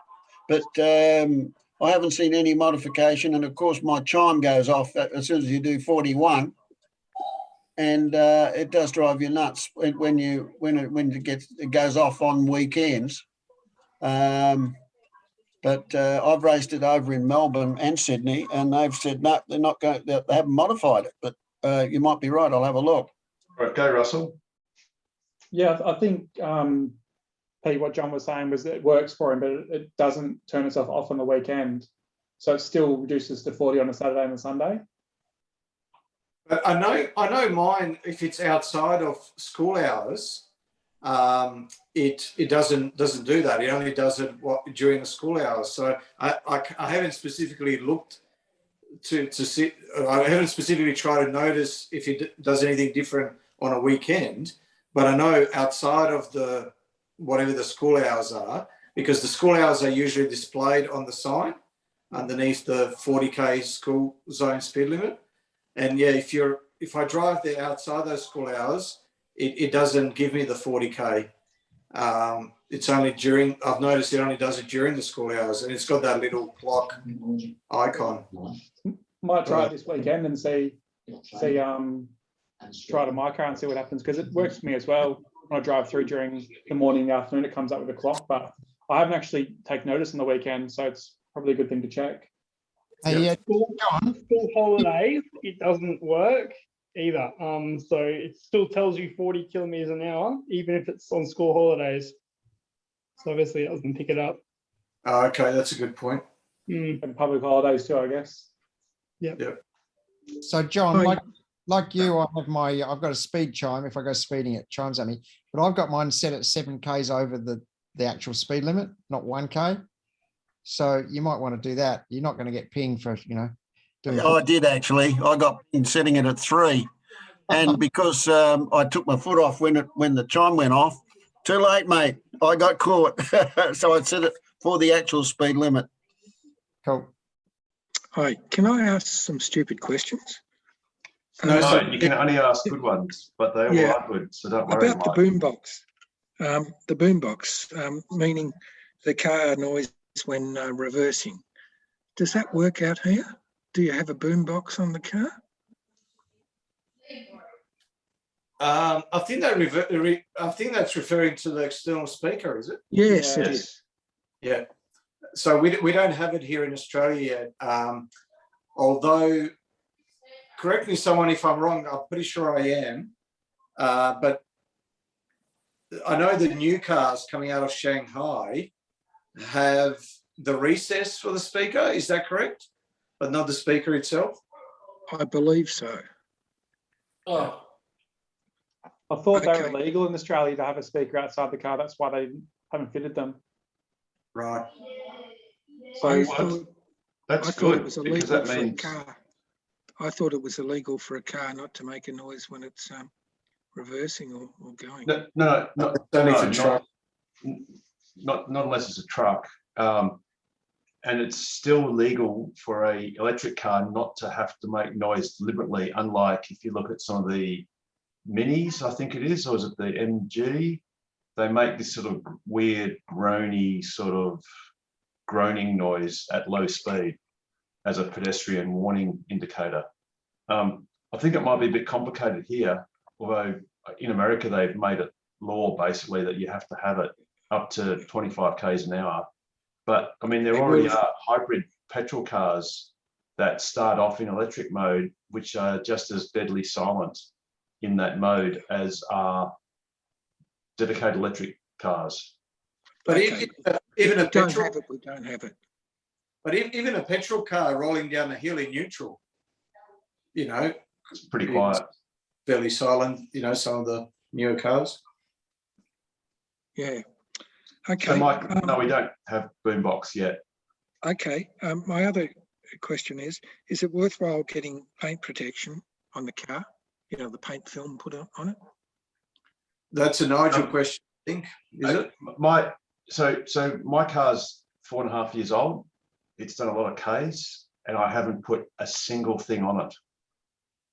So I haven't spent the $5,000 for protection film or ceramic coating of any sort. And if you look at my paint, yes, it's got a few stone chips on the front, because the bonnet is made of aluminium, this chip looks just as fresh as it did the day it happened, even though some of those are 4 years old. So I personally haven't, but around the room, others have. And yeah, what do you reckon, people? I put mine on almost before I got the car and drove it out 2 days later. But I've got blue, which is going to show every chip, every swirl, everything. And 3 times, because I've had full cover PPF, it saved my paint. Where one time I had some guy reversed into it and he would have scratched the paint, but he ripped off the PPF. They just changed it. That was great. Another time I did nasty things to myself. The nice thing about it, with a dark blue car like I've got, I'd have to be really careful doing the 2-bucket wash and all that, so you don't scratch and swirl the paint. This, sometimes if it's dusty, I'll just hose it off and use my chamois. I wouldn't dream of doing that if it didn't have PPF on it, because the PPF is self-healing. So you just don't get swirl marks in it. It just heals itself. Best $5,000 I've spent on a car. Yeah, I've got PPF on the front and ceramic coating on the back, and it certainly makes washing the car a lot easier. I mean, to wash the car, I just get a high pressure sprayer and wet it down, squirt some soap over it, leave it for 5 minutes, high pressure hose it off again, and then dry it with a chamois. But even without the PPF, if you go in circles with the chamois, you end up running the risk of scratching it. So I always just go side to side across. But you won't scratch the PPF. And you won't scratch the PPF, but I've only got PPF on the front. Yeah. And I've still got no scratches because I washed it again yesterday. I frequently wash it, and there's still no scratches on it. Mike, what colour's your car, mate? It's red. Yeah, so that'll show a bit of, the white ones won't show much apart from stone chips, but the red one, like the blue one will. So okay. My next question is about chargers for home. I got an ABB. I never heard of them before. Chargers. Anyone heard of them? Are they any good? Yeah, ABB is a big conglomerate. They do breakers. They do solar isolators. They bought Aurora, an inverter company. They've recently sold it again. But yeah, no, they're a very big, large, respected electronics company. They also sponsor the Formula E series as well. They're the naming sponsor for the Formula E. So yeah. Has anyone else got one of an ABB or Tesla chargers? Is the ABB, does it look like this, Mike? No, it's a bit different. Oh, okay. But it's around about the same price. Yeah. Right. Yeah, I mean, that's a perfectly functional charger. Expensive for a charger. Yeah, that's too late. That's a bit too late for us to tell Mike that, because he's already the proud owner of the said charger. So, hey, Mike, good news. Yes. Taco Bell opened in Midland today. Taco Bell. In Melbourne, Midland, sorry. So we'll talk about that instead of the charger. So they were lining up put in a Tesla. Like it's not if you. Yeah, ABB is not cheap, but it's perfectly functional. Have you had it installed yet? Yeah, I've had it installed and it works fine. Yeah, cool. I use the Sen Energy charging from 11 p.m. to 4 a.m. Actually, that's a great segue. One thing that's very important to anyone that's got a new car or haven't even gotten their car yet is, provided you've bought your EV in your own natural name, as opposed to a business entity, you should Google Synergy EV tariff. So that will get your entire house a 30% discount on the standard L1 tariff between the hours of, as Mike just said, between 11 p.m. and 4 a.m. So it's basically a great deal for anyone that's on a standard residential tariff. That's the standard 29 cents per kilowatt hour tariff. Even if you have solar feed-in, that's compatible with that setup, and it's a no-brainer. So you go on, Mike. So you've got you tell your car to start charging at 11 p.m. Yeah, I've got it set for that, and we've got solar with a backup battery, a big battery, so I can run it during the day, and it'll back the battery up so the battery uses. Actually, that's another bit of news. Sorry to interrupt. Another bit of news that I recall, some good news, is that with the new Tesla phone app, once our cars have been updated to a certain version, you'll actually be able to, via the app, alter the current at which your car is charging, which is ideal for people that have things like Franius or other inverters where they're not fully intelligent, so you can then look at what solar you're producing and remotely alter the amount of energy going into your car, which is long awaited. It's been years in the making, or in the hoping, and looks like Tesla is about to deliver that feature.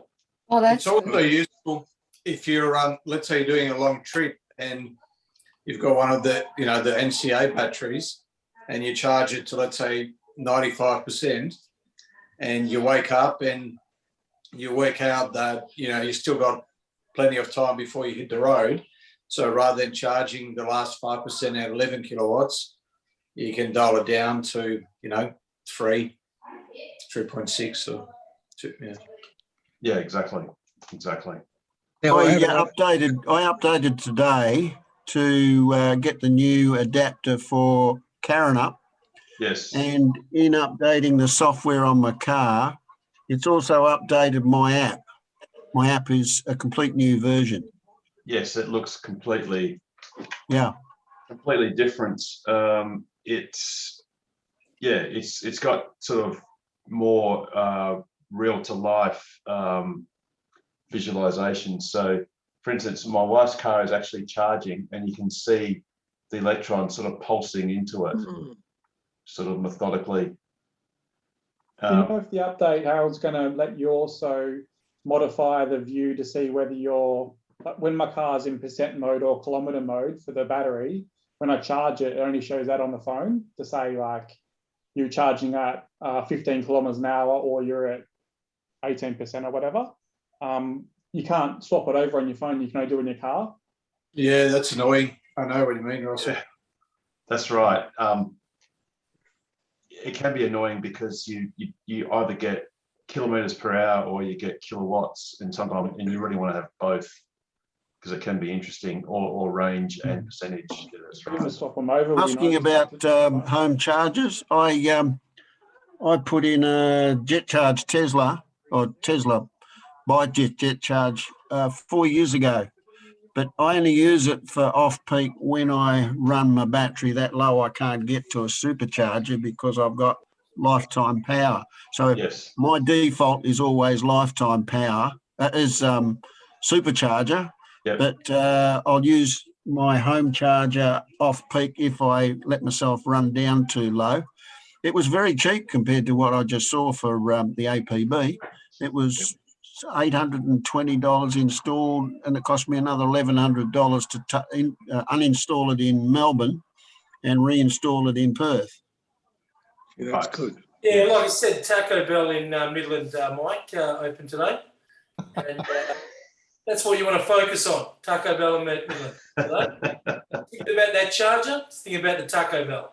That's right. The charger, it's a sunk cost. It's been done. It's going to do its job for the life of the car. So, but for anyone else who hasn't bought a charger yet, the great news is if you just get a brand new car, you don't need to do anything.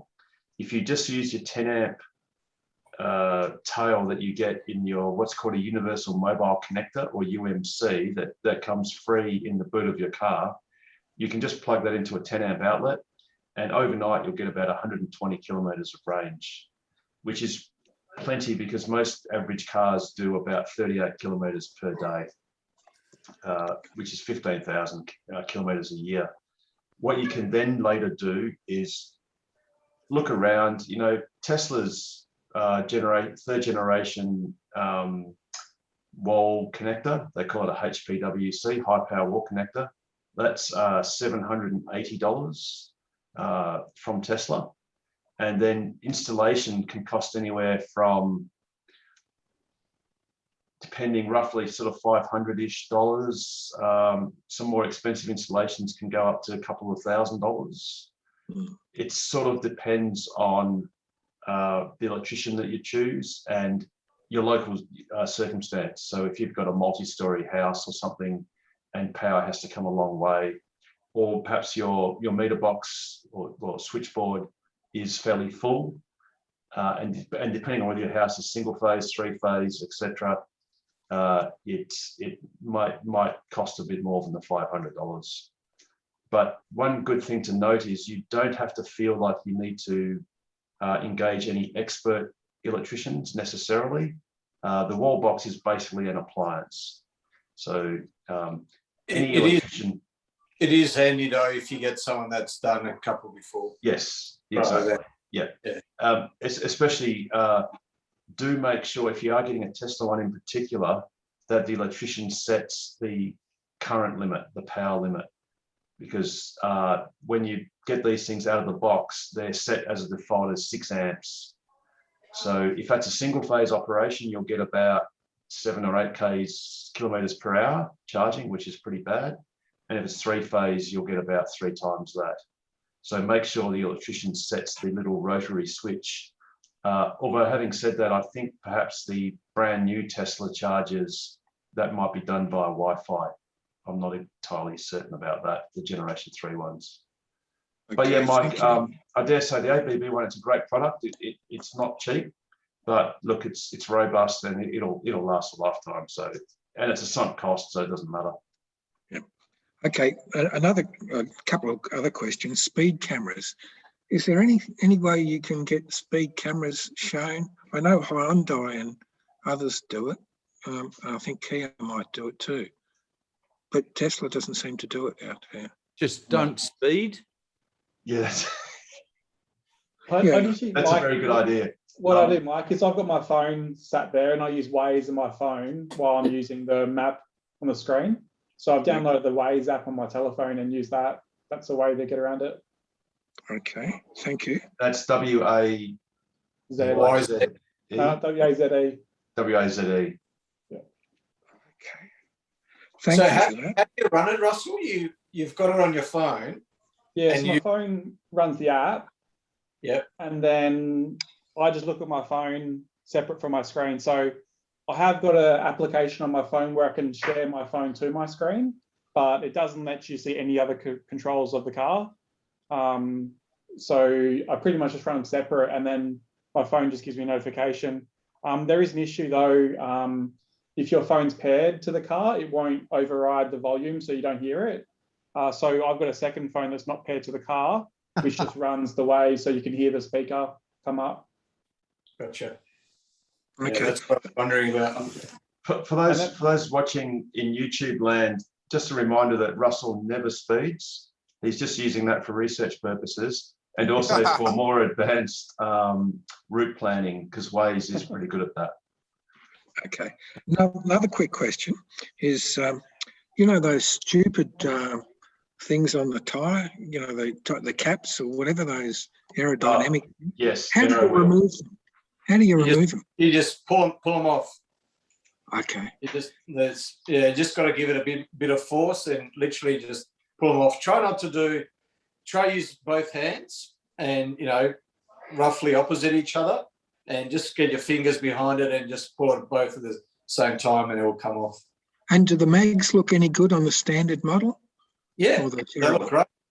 Yeah, actually, I took a photo at Karen up today. There was 2 white Model 3s, one with the hubcaps and one without. Yeah. And I'll see if I can share it, but it was good because you could see both next to each other. I'll see if I can. Oh, here we go. Well, Pete, if you just look up, that's what the standard wheels look like. You can get like a little cap, a little cover. You can get that from Tesla for $80-something, $85, or you can get it from Tesseries for about 2/3 that. Okay. Okay. I was out at Karen up today filling up the car about 10 a.m. So I don't know if you guys were there at that time. I was there in the afternoon. Okay. I believe that costs, is it 90 cents or something? And to fill up per kilowatt hour or whatever it is? No, it's about 52 or 54, isn't it? Yeah, I thought 50, yeah. It's 51. Yeah, 51 cents. 51, is it? I thought it was 90. Okay. And you will get charged about $1 a minute after the first 5 minutes if you're fully charged and if you leave your car there just in idle fees. But this is a good segue. I was going to say to Damo about using a referral code, but just realised that program's finished last week. So yeah, Just as what you saw last week's episode there. Old habits die hard. You can still use the kilometres you've got left, can't you? Yes. Yeah. Okay. And another stupid question is, when do you think that the full self-drive thing will be available out here? You mean the FSD beta button, so that you can? Yeah, so it actually works. It's a good question, Harold. I'd like to know your opinion and everyone else's. Mine is all I'm going on is I know Canada has begun testing on their roads. So I mean, it's anyone's guess. But if I had to have a wild guess, I would hope it'd be within 6 months. I agree, because Europe in particular is going to be a long time, because Europe is steadfastly very limiting as far as automatic features are concerned. But Australia is, I think, quite open. I think we're much more similar to the States than, say, Europe, for example. So yeah, Pete, maybe 6 months. Elon did text. They did tweet out the other night about 2 weeks. Time that we're looking at. Actually, Jared, I was thinking of you the other day because I was reading one of Elon's tweets. So you know how last week you've given him neurosis. He's got it's about the 2 weeks, and he's correcting himself and laughing at himself now. But so what he did is he said the 10.2, the beta button, was going to come out at midnight Friday, and then his next tweet said, "Oh, sorry, I meant, a week after." So basically, he was saying a week, and then he corrected himself. No, 2 weeks. I was right. Everything's 2 weeks. So correct. What do you think all that'll take? Here we go. Really? Yeah, that's all. Any idea when you're going to be finished here? 2 weeks. How long will it take to put this place together? 2 weeks. I do get the permits. How long will the job take? 2 weeks. 2 weeks? 2 weeks? You sound like a parakeet there. 2 weeks? 2 weeks? Well, 2 weeks. It's amazing. Amazing nothing. It'll be a regular miracle. I don't know why, but that clip just gets funnier the more times. Every time I see it, it's gold. Absolute gold. Just another real quick one, that when it's on at the full self-drive at the moment, if it comes up to a roundabout, sometimes it wants to go over the centre of the roundabout. Has anyone noticed that? Yeah, it's not designed for roundabouts yet. So as soon as you get, most of the time it will spot the line and it will stop at the line. But if you've got your foot on the accelerator and if you're overriding the cruise control, it will just scream at you. So yeah, no, it's not designed to be driven around roundabouts. So as soon as you start coming up to a roundabout, just push your right fork up. You don't have to go all the way past to the tent, but just give it a slight nudge upwards. You should hear the tone, and that will tell you that you're back in control. Or just touch the brake. What should you push up? What should you push up? The right stalk. Just push it up. Yeah. Like you're going into reverse. Yeah, that disengages it. You're only halfway up. You only go halfway up, Mike, not all the way. Just half up is enough. Yeah. Okay. Or just wiggle the steering wheel just a little bit just take over. Apply 2 kilos of force to the steering wheel, and then it'll notch out. But Harold, it'll keep the cruise control on, and it might accelerate. True. Around the roundabout.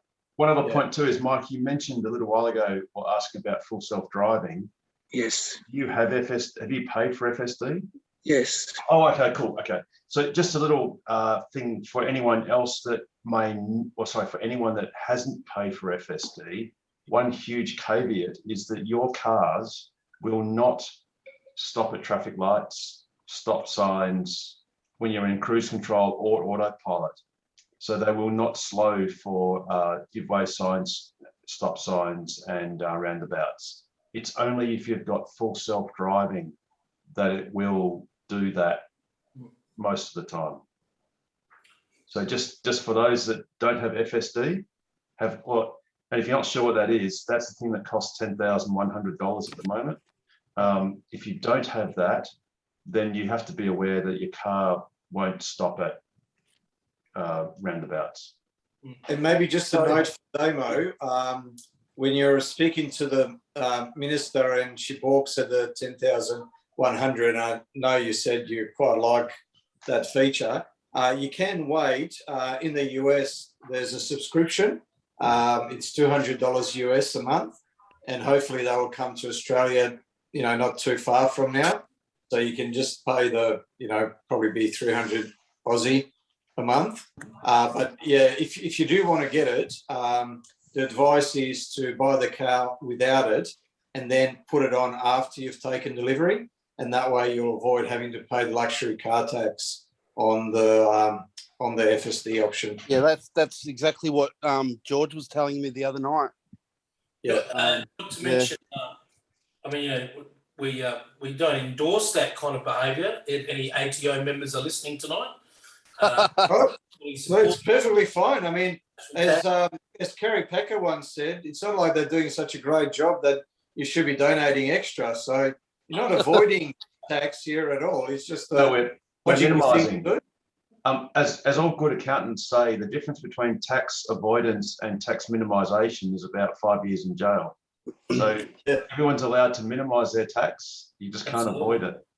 So one of my questions actually that I've got here on the notepad is about the self-drive, and will it stop at traffic lights? And I believe you just answered that, Harold. Yeah. So what you get for free? So for that $95,000 for the performance model, it was $99,000 for the performance Model 3 in black with a black and white interior. It will do auto steering. So it'll do effectively traffic aware cruise control and automatic steering on well-marked roads. And it will, if you're driving behind a car in front of you, and if that car in front slows down or stops for a red light, stop sign, whatever reason, your car will dutifully stop behind it perfectly safely. But if you're at the head of the queue and you're approaching any intersection, it will just happily drive through it, completely unaware of what's going on mostly. But just that standard feature of having automatic lane keeping and traffic aware cruise control is fantastic. Now, yeah, it would be. George actually showed me that on his one. Yes. And it was just amazing. It was amazing. Yeah, it is. And as Pete sort of alluded to, yes, there's a $10,100 extra feature you can buy, but you really don't need to do that in any sort of hurry,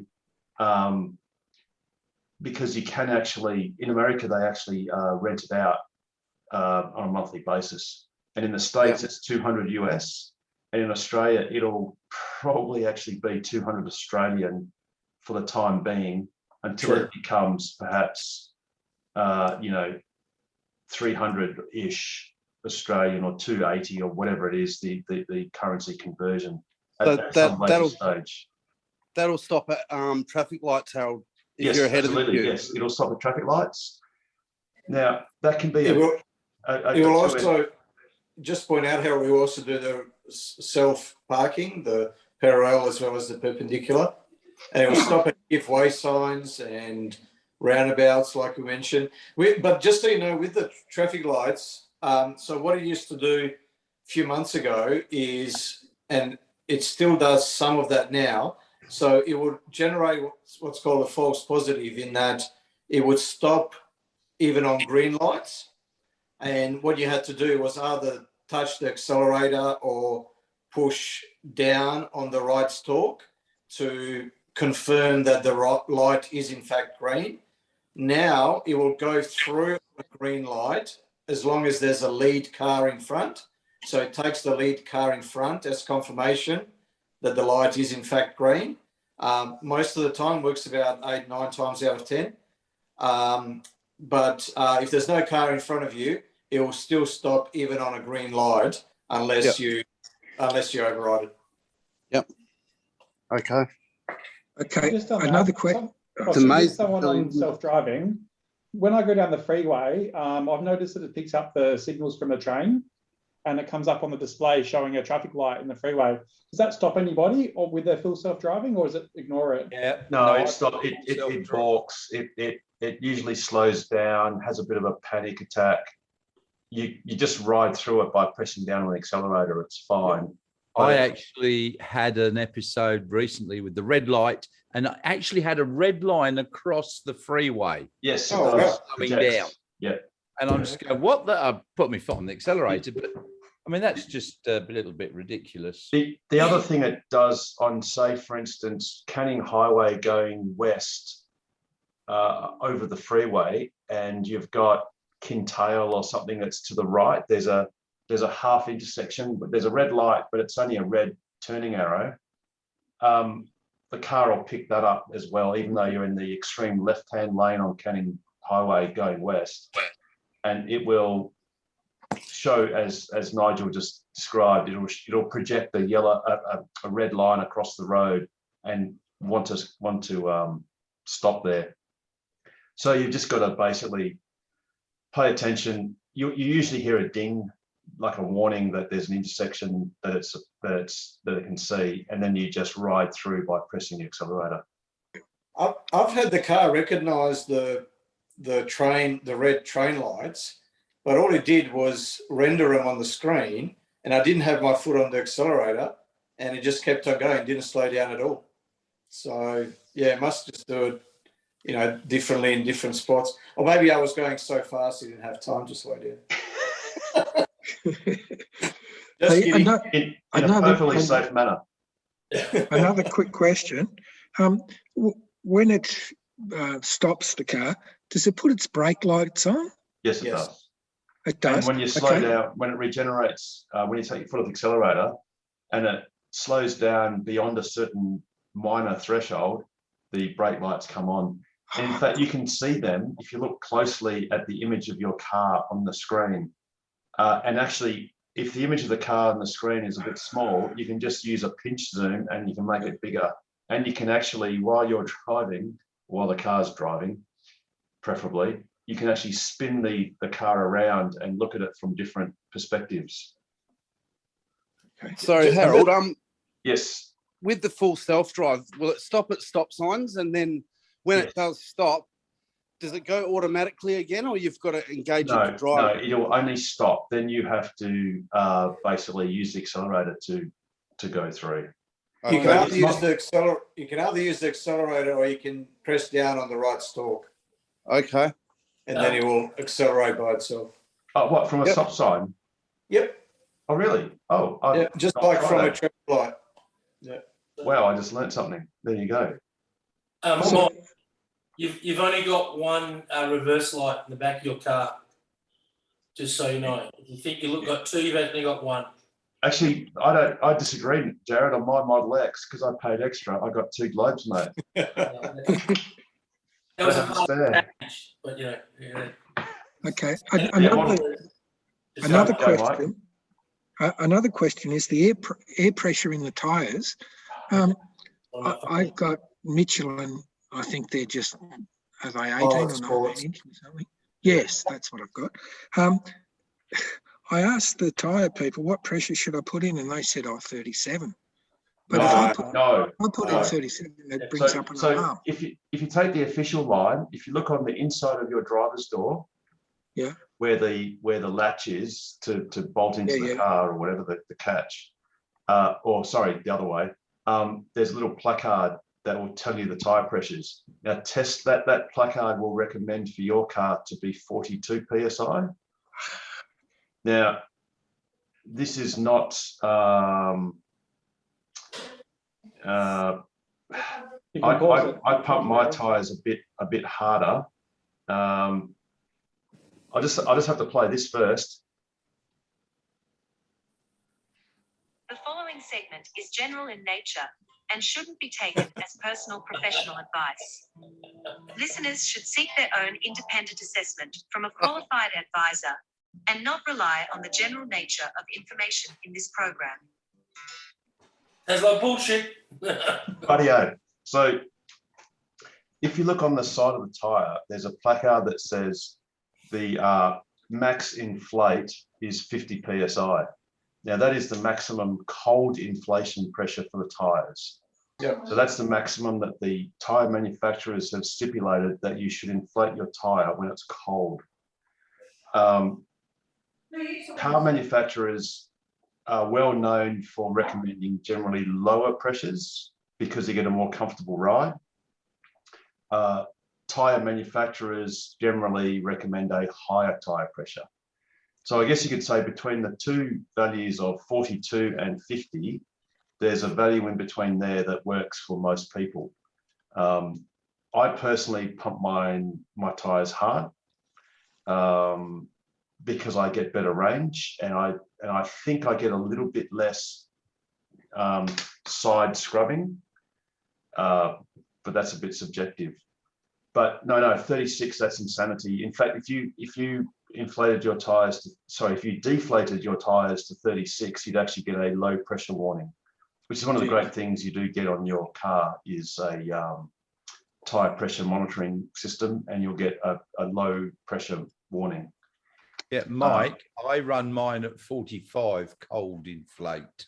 Yeah. What sort of car do you have? Same. I've got an M3. Yeah. Model Okay, 3. not a special one, not the high performance one. Oh, it's a very special standard range plus. Oh, okay. The SpaceX version, isn't it? In Poverty Pearl White. Even. It's not even a red one, Mike. No, it's the cheapest. No. All Teslas are special. Yeah. Almost as special as their owners, most of them. Oh, here's a special owner. I just see Richard on the road. Yes, we are in Exmouth, and I thought I'd just jump in here to say, yeah, I've been running the Falcons at 50 PSI cold, and I've seen them get to 59, which is a bit hair-raising, but they seem to be okay. Yeah, but Richard, if their maximum cold inflate pressure is 50, that means that they can happily go up to 60. Yeah, it's still a bit like, ooh, I don't want to have anything go pop. But yes, it's it's been good. Richard, you're more likely to destroy your tyres when they're under deflated. Oh, really? Okay. Because you Well, get that's more good to know. sidewall flex, and you get fatigue in the sidewall. Yeah. Ah, okay. Yeah, right. Well, you'd know. Yep.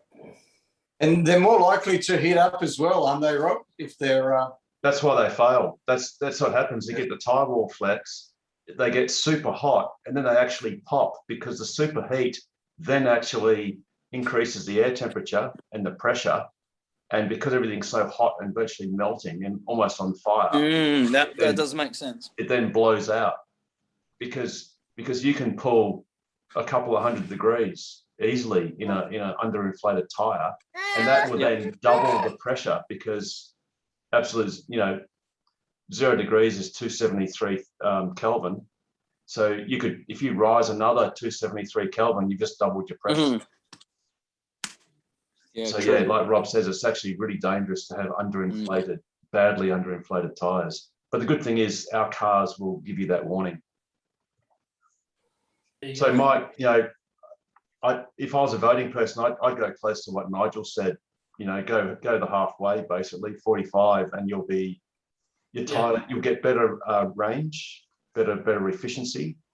But like I said, I run mine on 50. I did what Richard did. I was in Northern Territory and I think I saw 58 PSI on a 40 something degree day.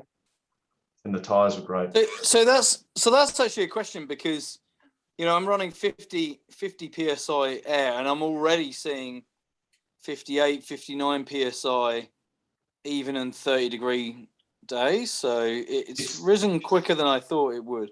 It's not the air temperature. It's a combination of the friction on the tyres and probably the road temperature as well. And the road temperature is far above 30. It's, you know, true. Yeah, true. 50. Yeah. Yep. So okay, and another stupid question: servicing. I know you said something about it before, but I've seen on the web where you can get the car serviced for, I don't know, $1,000 or $800 or something. It just seems stupid. No, my car's done, like I said, 185,000 kilometres, and it hasn't been serviced once.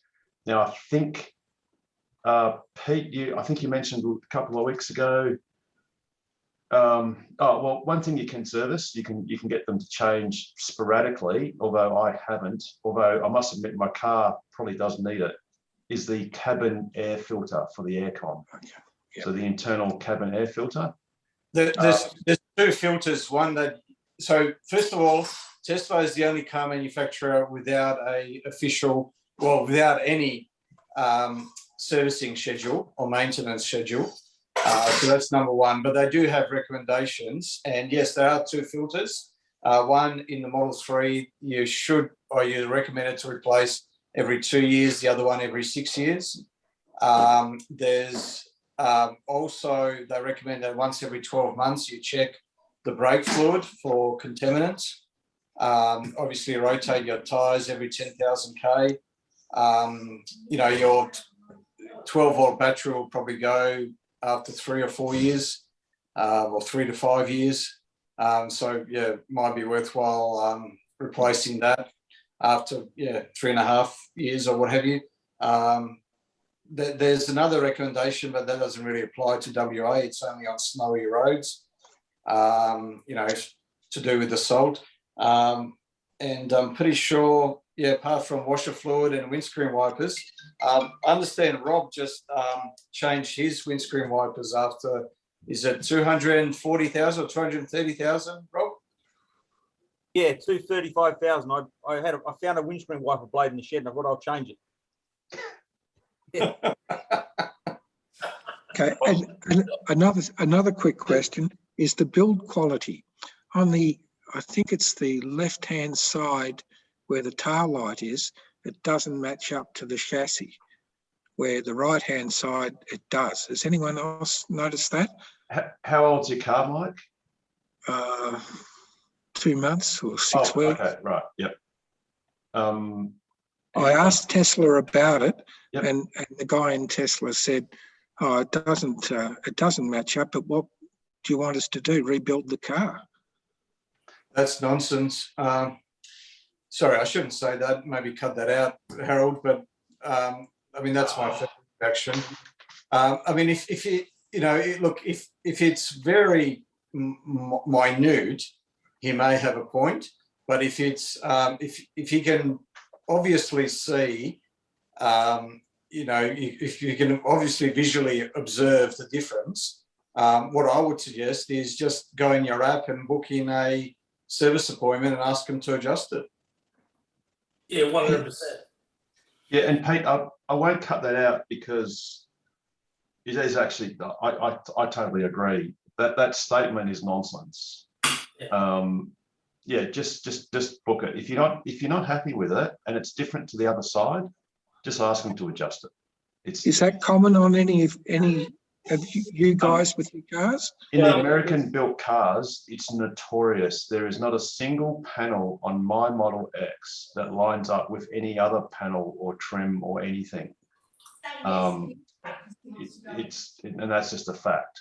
But the Shanghai-built Model 3s have got excellent fit and finish. Yeah. It is a Chinese car. Absolutely. And it's a new factory. It's set up well.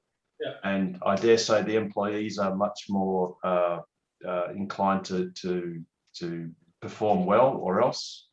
And those cars are excellent build quality. Yeah. So anyone, and just by the way, for anyone that might think, oh, well, you know, the Chinese cars might be inferior to the American built ones, it's actually the opposite. So anyone that's getting a made in China Model 3 should be quite happy that that's the case. But yeah, Mike, your light thing cluster, that's an anomaly. Just as Pete said, just go into your Tesla app and just book an appointment and just ask them to adjust it, and you'll find that they absolutely will. Yeah. And even take a photo of the right and the left one. Yeah. And in the app, it allows you to upload the photos.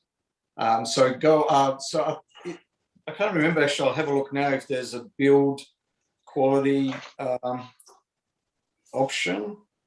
This was actually going to be one of my questions as well.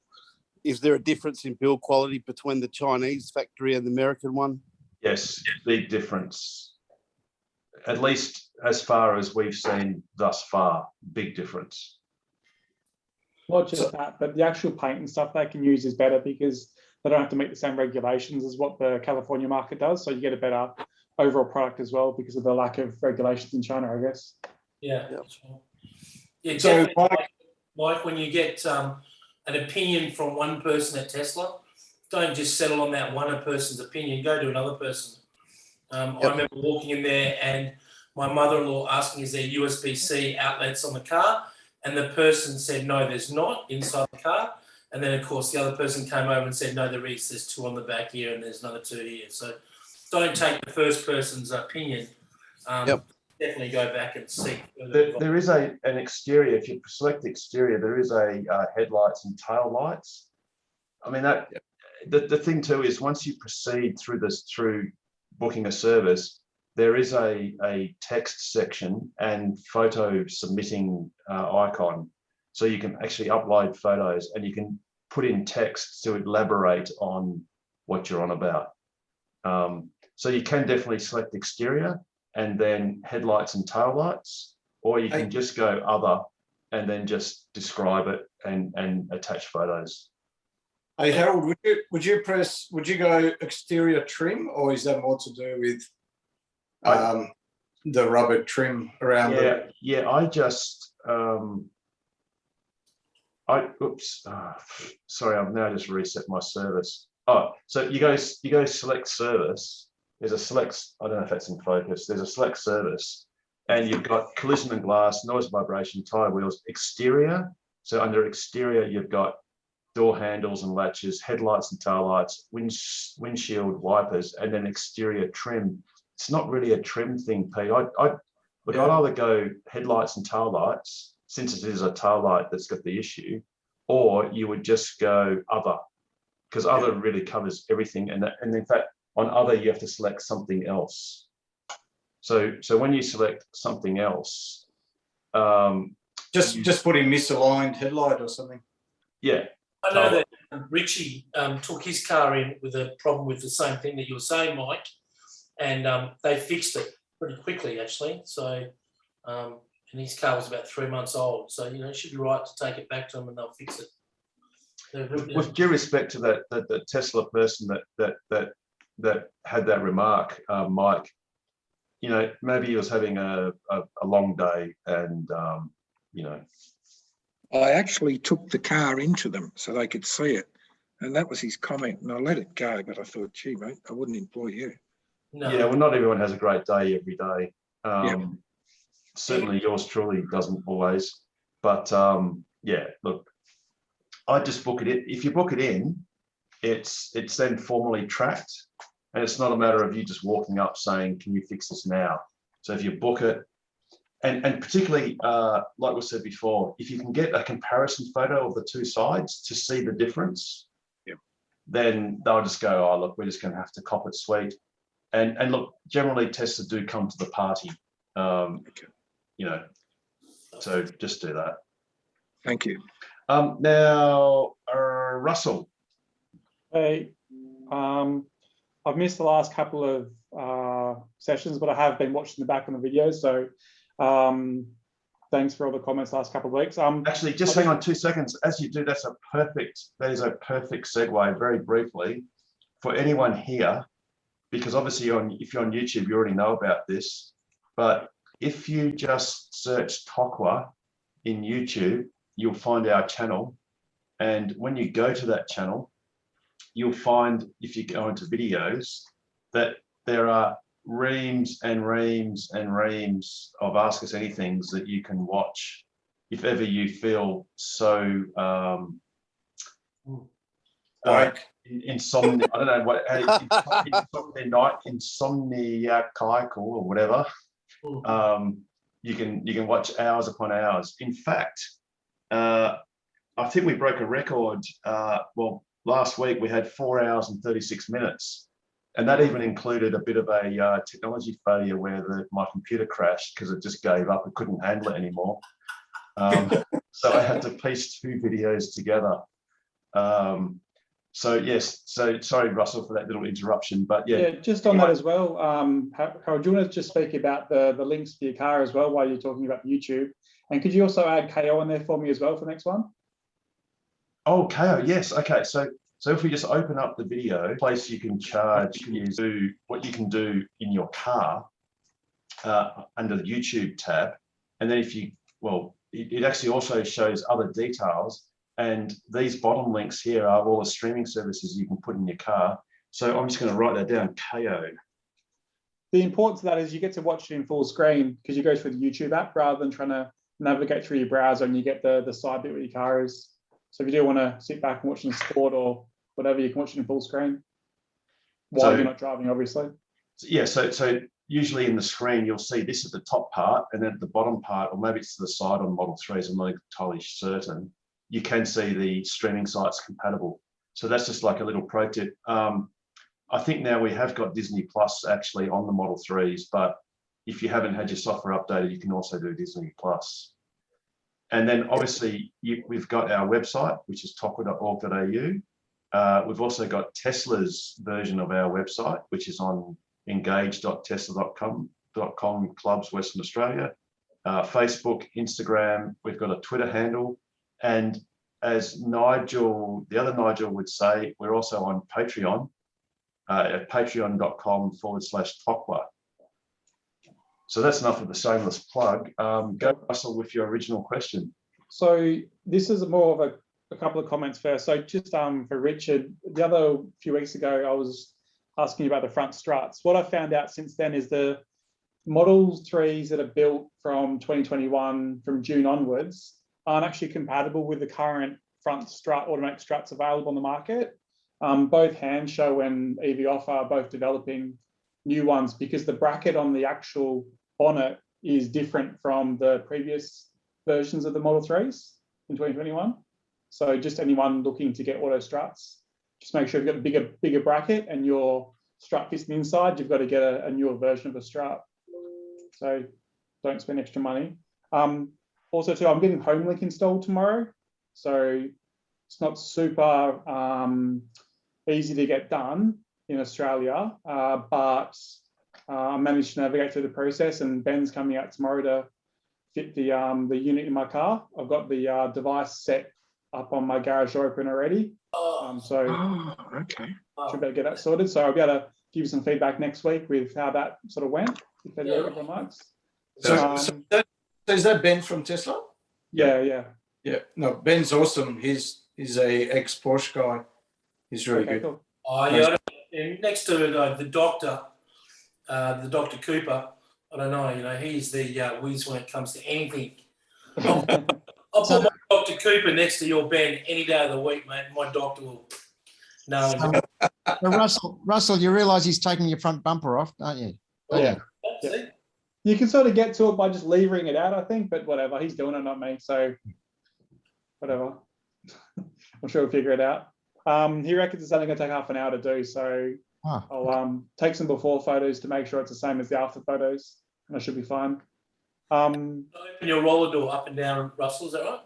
Yeah, so what's going to enable me to do, for those who don't know, I suppose, is it actually gives you another button on your screen where it connects to your you can actually connect to a number of roller doors, not just your own, but you program it to open your door. So rather than using a garage door opener, you can touch the screen to open and close it, or it does a proximity where it will open when you're within a certain number of meters of your house. So you have to worry about opening and closing. I've got it on my car. It's brilliant. But mine wouldn't talk to my garage door. I had to get So have you had to do that, Russell? Yeah, I bought a Merlin box a couple of weeks ago and I've got that installed already. So once I get the other device, I'll just link them together and I should be sweet, hopefully. Fingers crossed, I guess. Do they charge you much, Ben, to come out? Hang on, let me jump on the app. I think it was, I won't say the wrong number because that's probably a bit misleading, but the same process as what you would do when you book a service. You just go through the service and you say you want a part installed. You just write you want to get the HomeLink installed, and they then go through an estimate process when they came back at $460 to install it. Once you confirm the estimate, they then book a time. And then I've had back and forth conversation with a few times, just organising exactly what time and how to get into the building and what the security code was and that sort of stuff. So it's quite, a good experience. It's quite easy to navigate. So I would probably, if you are looking at it, I would recommend getting it done by Tesla. And it's although I'd hazard a guess that the doctor would be cheaper. The doctor. Well, you can't buy them in Australia. So the issue is what I've sort of discovered was that when the 2019 versions and prior to that, they were actually advertised as HomeLink compatible when they were brought into Australia, but they weren't actually, the device wasn't installed. So they shipped a heap of them over to Australia and those people were enabled to get them for free. And the leftovers they're essentially selling. So I don't think they're going to last forever. So don't quote me on that, but I'm guessing they're not bringing more into the country. So whatever the stock they've got now, I don't think they're going to be replenishing. Yeah, mine was one of those cars. I had it, it was listed on the webpage when I ordered the car, but when it arrived, it didn't have it. So they just said, yeah, look, just bear with us. And when it comes in, we'll retrofit it for free, which they did. They did about 2 months later. I did that with mine too, same deal. So you? Okay. Yep. But I had to, it was a bit of a hassle getting it to work because it didn't talk to my garage door. So I had to get the interim, I bought one off the net, cost $60 or something. Yeah, me too. Yeah. Having said that, great segue there, Richard. You can get them from Tesserae's for $40. Cool. Yeah. And you might even get a remote as well. I'm not entirely certain, but they are pretty cheap to get if you need to do that. Yeah. I paid $80 for mine. That was before Tesserae's had theirs. So yeah, if it works, that's a good price. So who do we ring up? Who do we contact to get a price and get it installed? Is it Ben? Oh no, Tesla? you need to go through the app and framework. You book a service request. So on your service request, there's actually one there to say accessory installation. You select that one and then you write a description of what you want, and they'll contact you the next day with confirmation of what you're after. So Russell, would Mike have to buy the HomeLink first, or does he just put all that into the app request? No, so Tesla won't supply the device that goes in your garage door. They only supply the HomeLink that goes in your car, and you can't buy that yourself unless you somehow get it off eBay from someone selling in America, I guess. But yeah, no, I know that. I was referring to the actual HomeLink. So when he goes in the app, sorry, Harold's trying to show. What are you trying to show there, Harold? The accessory. There's accessory installation. I'm not sure if that's coming up. That's the one. Oh yeah. So what I was asking was, if he wanted it now, would he have to go and buy the HomeLink device, not the garage adapter, but the HomeLink device that goes into the car? Would he have to buy that separately and then book in the installation, or could he ask for that 460 includes the device and the installation? You can't actually buy the device by itself. You have to buy it from Tesla. Gotcha. So, they won't just sell them without installing. I don't believe. And the fact that Russell's getting it done at home. Yeah, they're actually coming from that price is the same whether he had it done at Osborne Park or at home. Tesla have by policy a Ranger service which Ben basically is, which is they come to your home, because that way they can basically have more technicians out and about, or on, in Osborne Park, their size, their capacity limited. So by having ranges, so mobile technicians effectively, then they can leverage and just have more and more of those mobile technicians without having to have more infrastructure in one central place. So it doesn't cost Russell any more money to have it fitted in the comfort of his home or workplace.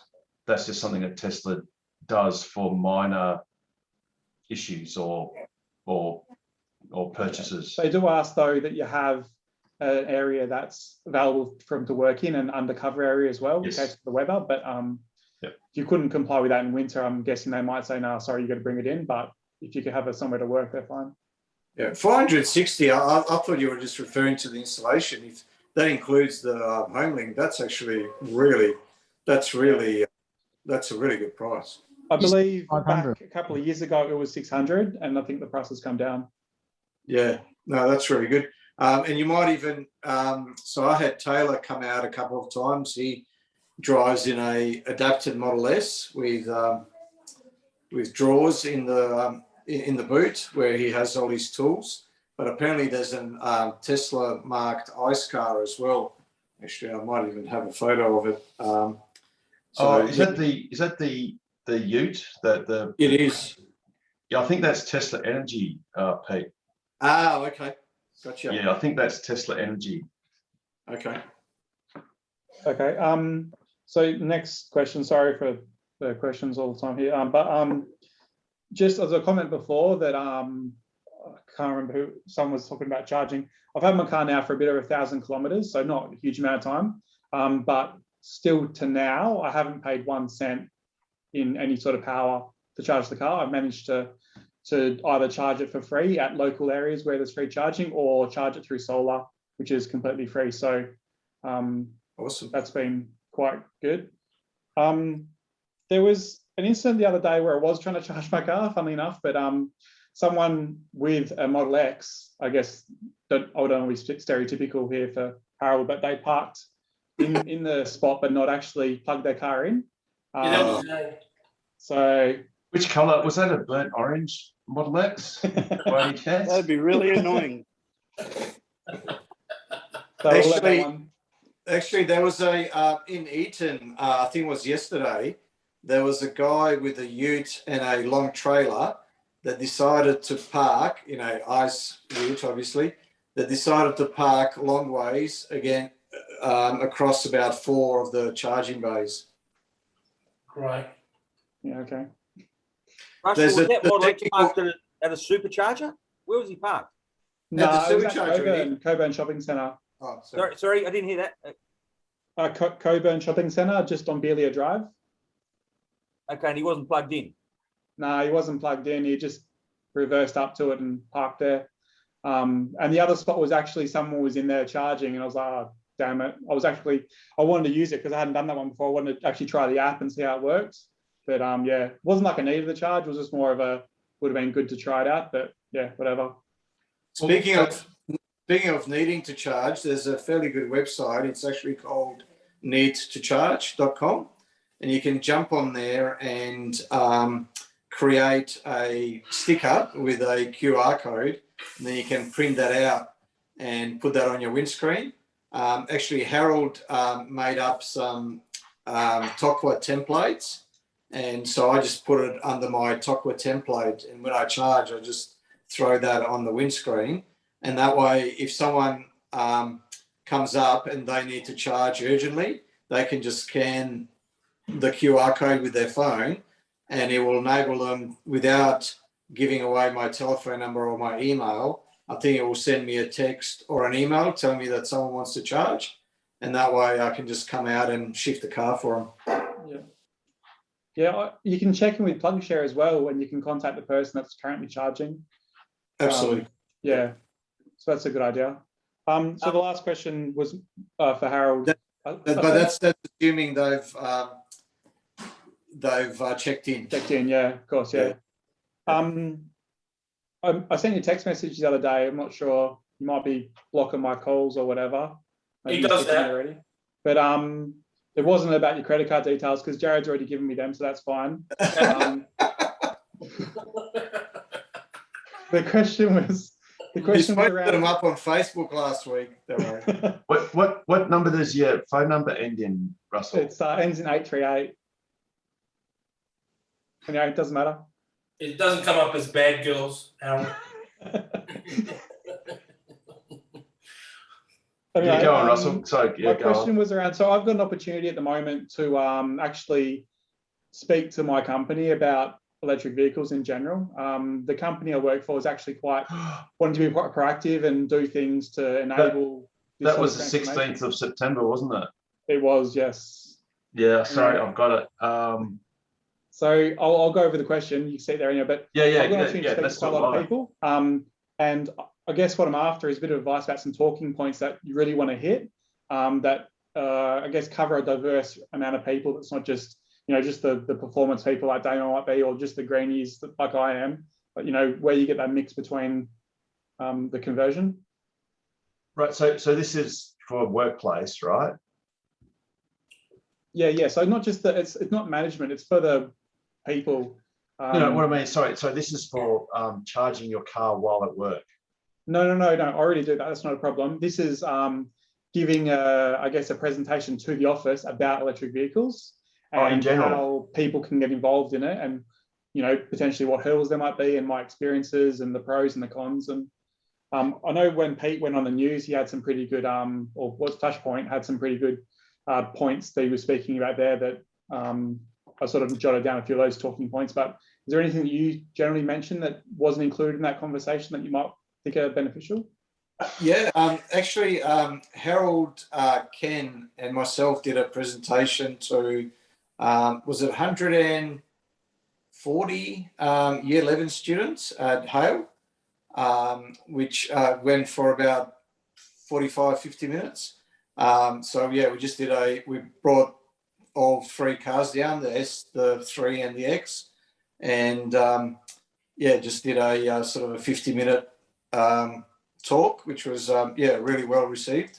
But yeah, the main points I would make is a lot of people don't realise that a Model 3 Standard Range Plus could actually end up costing them less in terms of total cost of ownership after just 3 years than an average Australian car, which costs $40,000.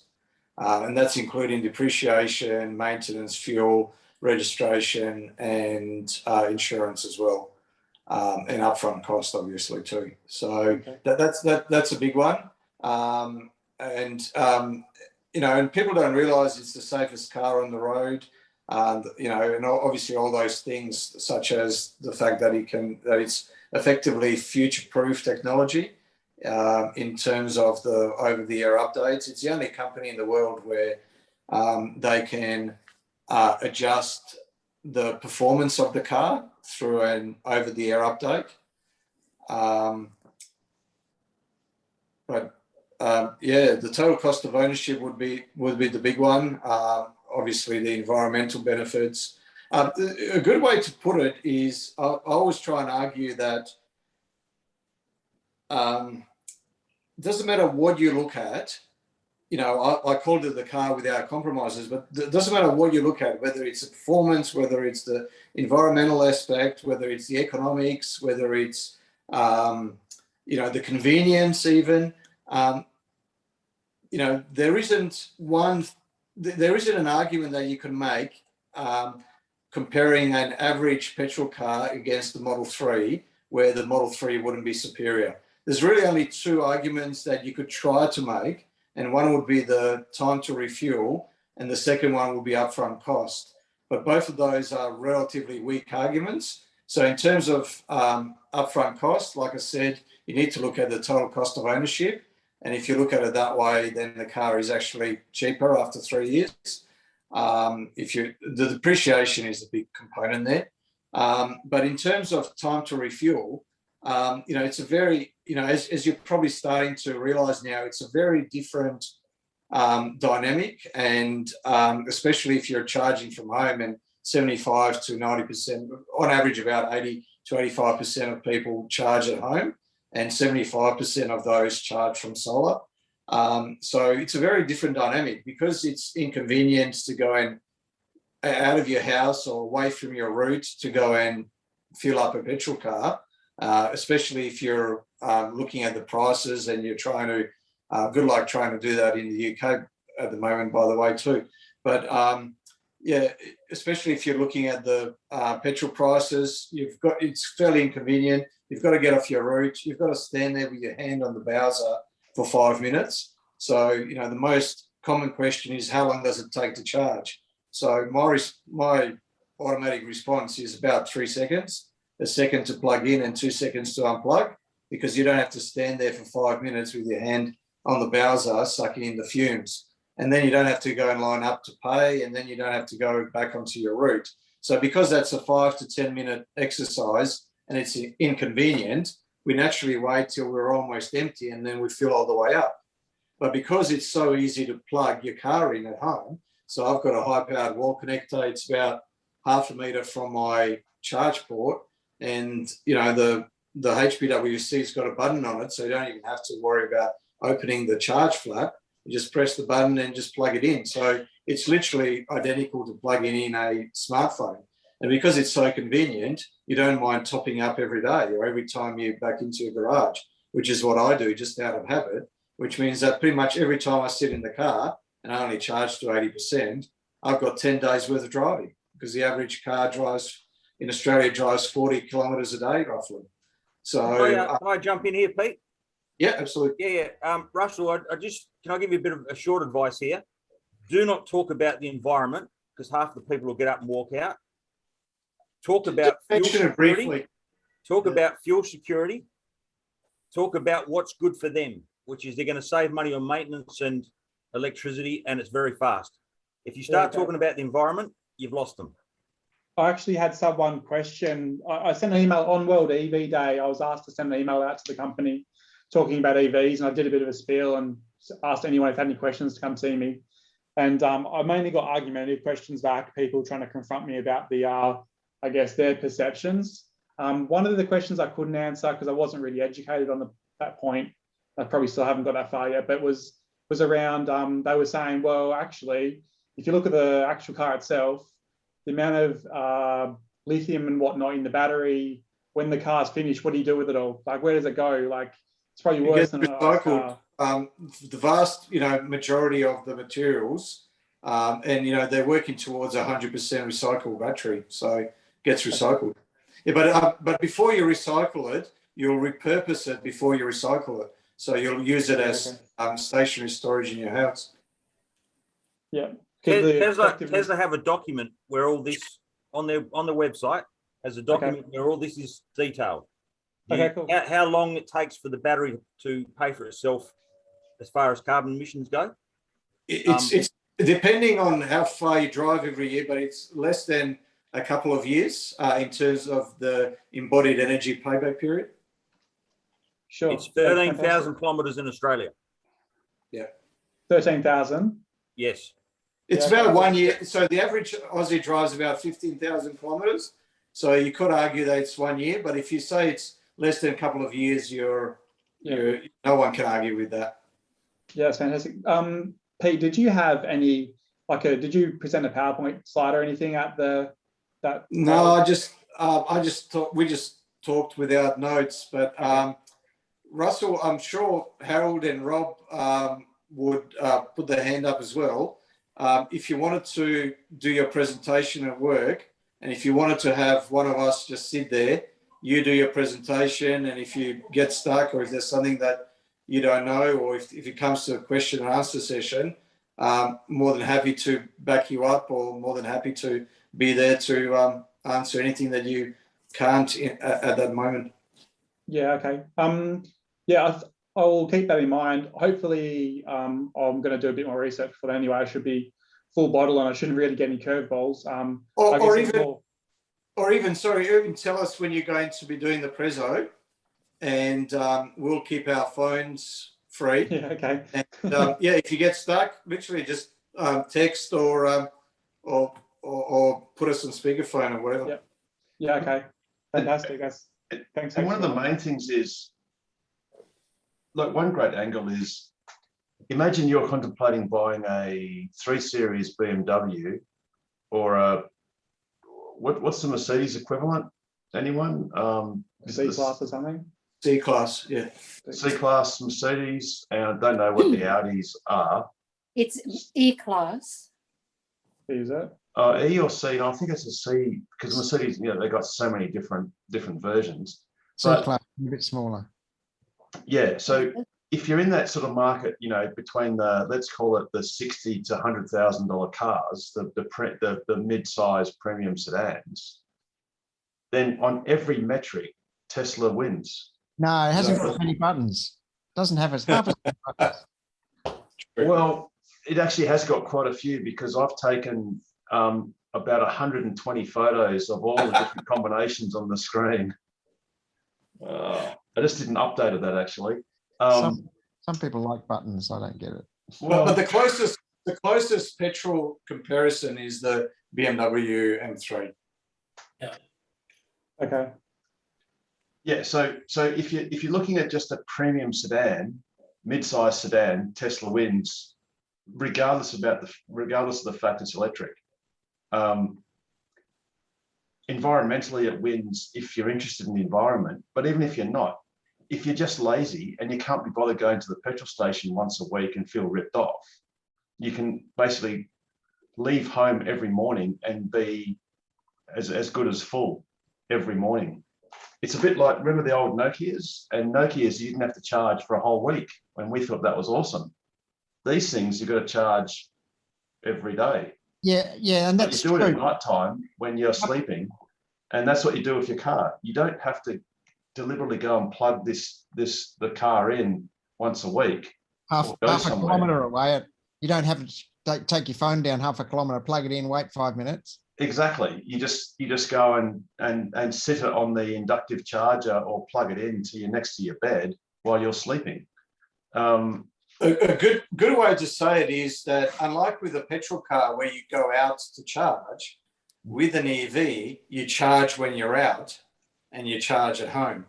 So, you don't have to make a special trip to go and recharge your car. But another good point, so there'll be two things that you'll probably get challenged on. So the two most common ones are, yeah, but you can't go very far, and, how long does it take to charge? So, just have those two,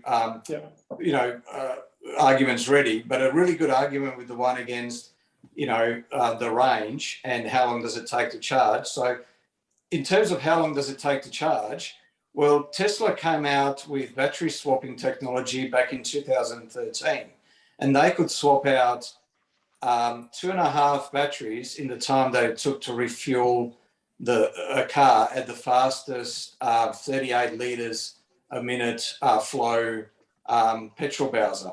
So it would take about 90 seconds to replace the battery versus about 4 minutes to refuel the car.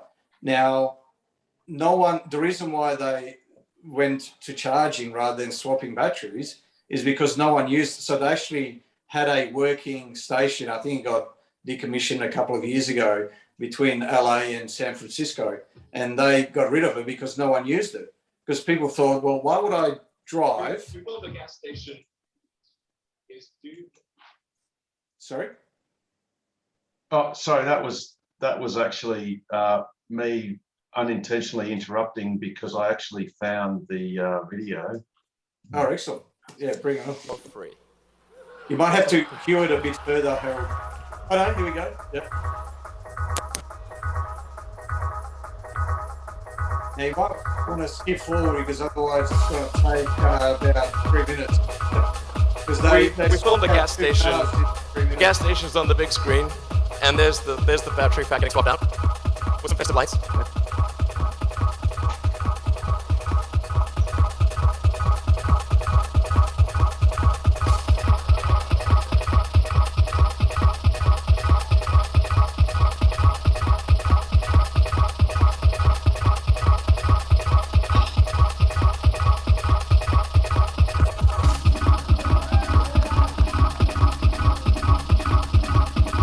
So we have automated nut runners. These are the same nut runners that we use in the factory. and they find a spot where the bolts are, and automatically torque the bolts to the exact specification that each bolt needs. So it's torqued to the factory specification every time there's a battery Molex swap. about to drive off now.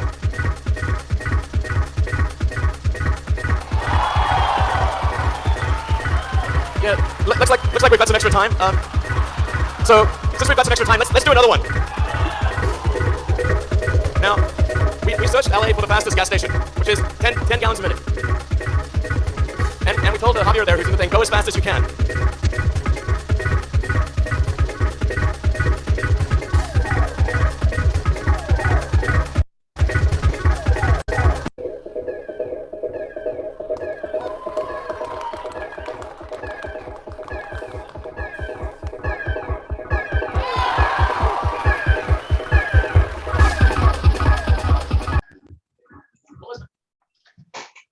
Yeah, so the point there is that it's a moot point. People have already voted. They don't want to swap their batteries because it's inconvenient. You've got to leave your house and go and swap your battery, and you've got to wait there for 90 seconds. Whereas at home you can plug it in 1 second. So and Harold makes they're good. It's that same argument with like you said before, with the Nokias, they would last a week, but the iPhones would only last a day. Yeah. And no one's got Nokias because the charging is not really it is, if you're used to refilling a petrol car, and if you've got the state of mind or the mind frame of the inconvenience of having to refuel a car, then yeah, you're probably thinking recharging a car is going to be really inconvenient. But once we've had plug-in hybrids for 5.5 years, or we've been a 2 EV family, if you like, for 5.5 years, and with even the plug-in hybrids, I mean, the Volt, I would get the car starting up to burn the fuel because the fuel went stale in the tank because we didn't drive it on fuel for over 12 months. So we drove our plug-in hybrids as if they were EVs, and it was never an issue charging. And even on the longer trips, with the superchargers, by the time, Rob has a good way of putting it. By the time you go and grab a coffee, go to the loo, grab a paper or whatever, you can drive for another 4 hours. And both the federal government and the state government recommend taking a break every 2 hours. And I don't know anyone who wants to drive longer than 4 hours in one go without having a stop. So, if that's assuming you can find a supercharger, obviously on the East Coast, it's no problem. And, in WA, we're still getting there. But I noticed that the DC fast chargers in Europe were a far faster or more output than what they have planned for the minimum spec for the West Australia, running on 50. But in Europe, they were much faster. Is that something that we've got any of those fast ones in Australia yet, or not really? In Perth, in WA, we've got 2 350 kilowatt chargers, which are the fastest ones. So we've got one in Treendale and one at the RAC. But the Model 3 can only charge to 250 kilowatts max DC anyway. Okay. So, yeah. And the one at those, sorry, Pete, at those RAC fast DC chargers, because they're limited to only 500 amps, they can only charge a Model 3 at 200 kilowatts instead of the 250 you can get at Williams or Carrinup. I've just been south and I charged at Treendale and at the Williams supercharger, and the Williams supercharger was quicker. Well, I wasn't the lowest state of charge, but it was so quick. It's unbelievable. It is. I think one of the big points to me is servicing of the vehicle. There's no servicing, and to me that's a big one. And a lot of the premium dealers, BMW and Mercedes, my experience has been not a very pleasant one, but also a very expensive one. So to me, servicing is a big factor. Yeah. Well, Peter, tell us where you get your Mercedes Vito. Is it Vito? Sorry, it's a Sprinter. Sprinter, sorry. Tell us where you get your Sprinter serviced. I get it serviced in Brisbane. That tells you something about the local dealers. Yeah, so I've had it for 12, 13, nearly 14 years. And the first 2 years I had it serviced in Kewdale. Absolute disaster. Wrong oil. Didn't do what you wanted. Don't change the filters. And it's a minimum of $1,000. Whereas I went to Brisbane and the first service was $350. And I was chatting to him as he did it. So I know. Sorry, Peter, what car was this? A Mercedes Sprinter. Thank you. And my son had a Vito, not a Vito, the Viano, which is the upmarket version of the Vito.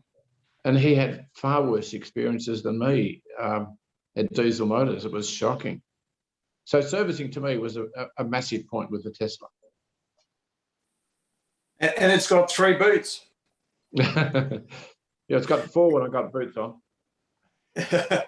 and you can put an esky in the sub boot. You can throw ice in there, and you got. The Tesla's a beautiful car to drive. I've driven some good cars. I think the Tesla leaves most of them for dead. It's extremely smooth, quite efficient. It's just, I often just drive it manually. I like it to drive so much, and I do enjoy driving anyway. But I often don't worry about the cruise control. Beautiful car to drive. Do you think that Tesla are ever going to bring out a road bike, a road motorbike? No. Elon has already said he had a very bad experience on a motorbike. Did he end up in hospital, Harold? Oh, I'm not sure. I know he had some disease, didn't he? He had an infection, and that almost killed him. Yeah. But no, this is different. He had an accident on a motorbike. I don't know if that was South Africa or wherever. And he just said he'll never make a motorbike. That said, he's making a Cyberquad, an ATV, to go with the Cybertruck, but that's got 4 wheels. So but I think he's said publicly that he won't make anything with just 2 wheels. That said, there is the Zero is pretty good. Well, there's a Harley Davidson, right? The Livewire. Yeah. And I also watched the Moto E races as well when they're on after the MotoGP. I guess they do look a bit disproportional in terms of size to the MotoGP bikes, but non-Tesla related, I suppose. But is there going to be a market for electric motorbikes in the near future, you think? Or certainly the small ones. They make an X1 bike, American design, but Chinese built. Designed to fit in the front boot of the X, and I think the S as well, that fold them up like an X. And it's called an X1. I think there's an X3 as well. But I couldn't get permission. I didn't know how to get permission. I rang an expert to do it, and he said, it's too hard, but it's designed to fit in the front boot. Would be great if you go charging somewhere and just want to duck down to get a coffee, hop on that, zip down the road. Yeah. So Peter, why didn't you just seek forgiveness rather than permission? Sorry, I missed that. Harold. I said, why didn't you just simply seek forgiveness rather than permission? Because they just import it and then seek they import it and they hold it in stock until you've got permission. So you've got to pay the holding charge. Oh, that's why. Right. Okay, fair enough. So why couldn't you import it, Pegger? I don't understand. I couldn't get through the red tape. It was supposed to change August last year. I haven't checked since then, but it was very, very difficult to get permission to get it in. So is it a motorbike or is it it's like a motorised push bike, but no pedals. Oh, okay. So it's a motorbike. And the concept was brilliant. I would have loved to have it in the front boot. I reckon it would have been just fabulous. I was prepared to bring a full container out. I reckon they would have been a real hit with every Tesla owner. Hey, Peter, I used to work with a guy who rode an electric superbike for a company in Perth called Voltron. I don't know if you guys have heard of it, but he took it to the track at Wanneroo and it lapped quicker than all the superbikes and everything. And then they took it to the Motorplex just for shits and giggles and it ran 9 seconds. It's completely amazing. You struggle to hang on. Yeah, he reckons it was crazy to ride. It was absolutely crazy. Did he get much range out of it? Sorry? Did he get much, obviously not on the track, but just normal driving, did he get much range out of it?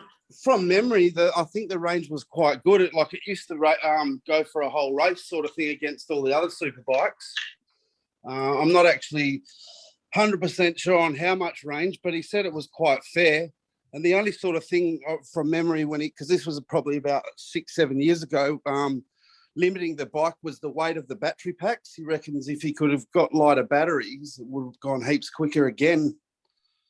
So I'll try to find a link to the bike and I'll post it on for you. Cool. Awesome. The bikes that race in the same weekend as the MotoGP, the Moto e-bikes, they do about 8 or 9 laps of the same circuit in race mode, essentially. And the regular races for MotoGP run a lot longer than that, maybe like 25 or sometimes 30 laps.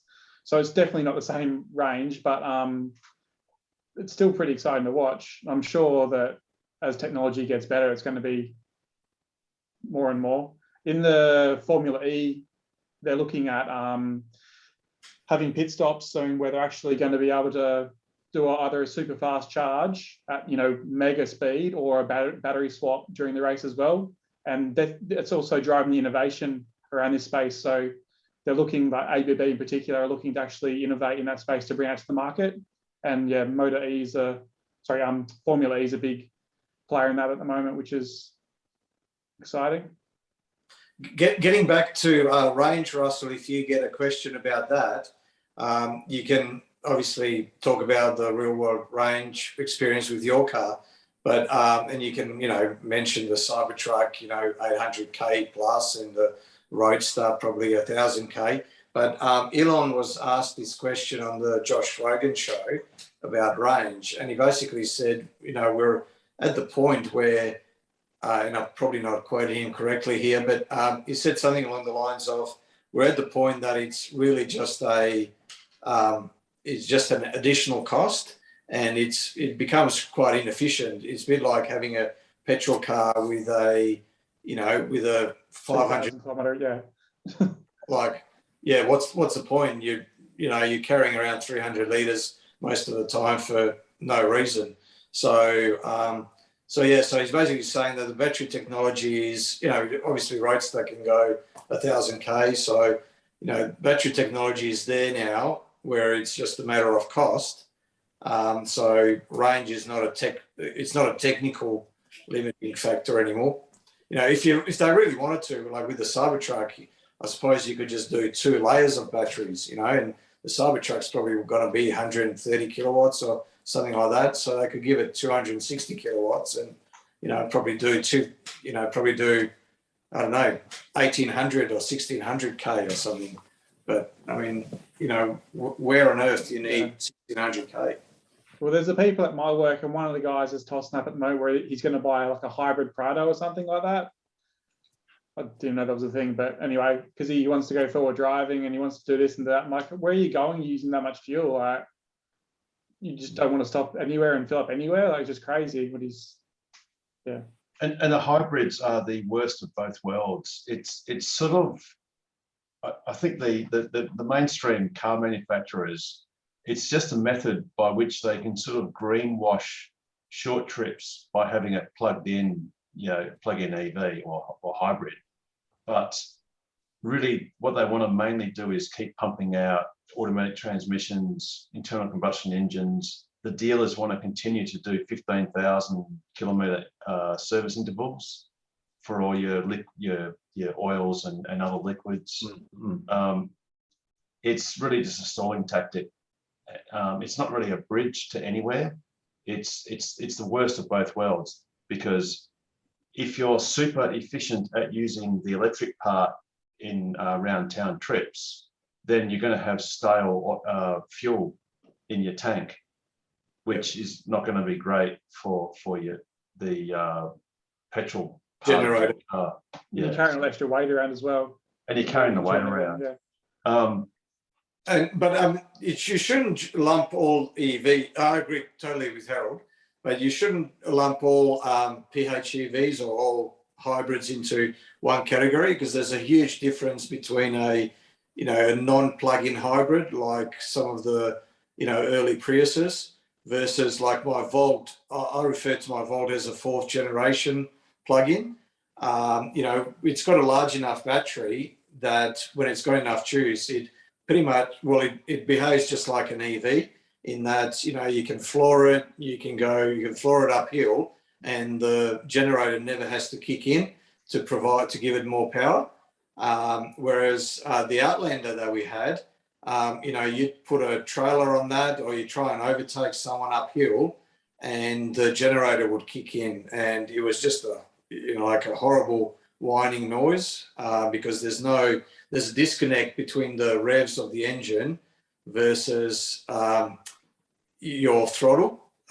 So, you know, you might put your foot down and there'll be a delay, and it will kick in, and then it will rev like crazy, and then you'll take your foot off the accelerator and it'll still be, you know, revving like crazy before it calms down. So yeah, it's very I actually really you know, the Outlander was good for what we used it for. So my wife doesn't drive very far, so she would, you know, but we tried pulling a trailer with it, and it wasn't a very nice car to drive in that environment.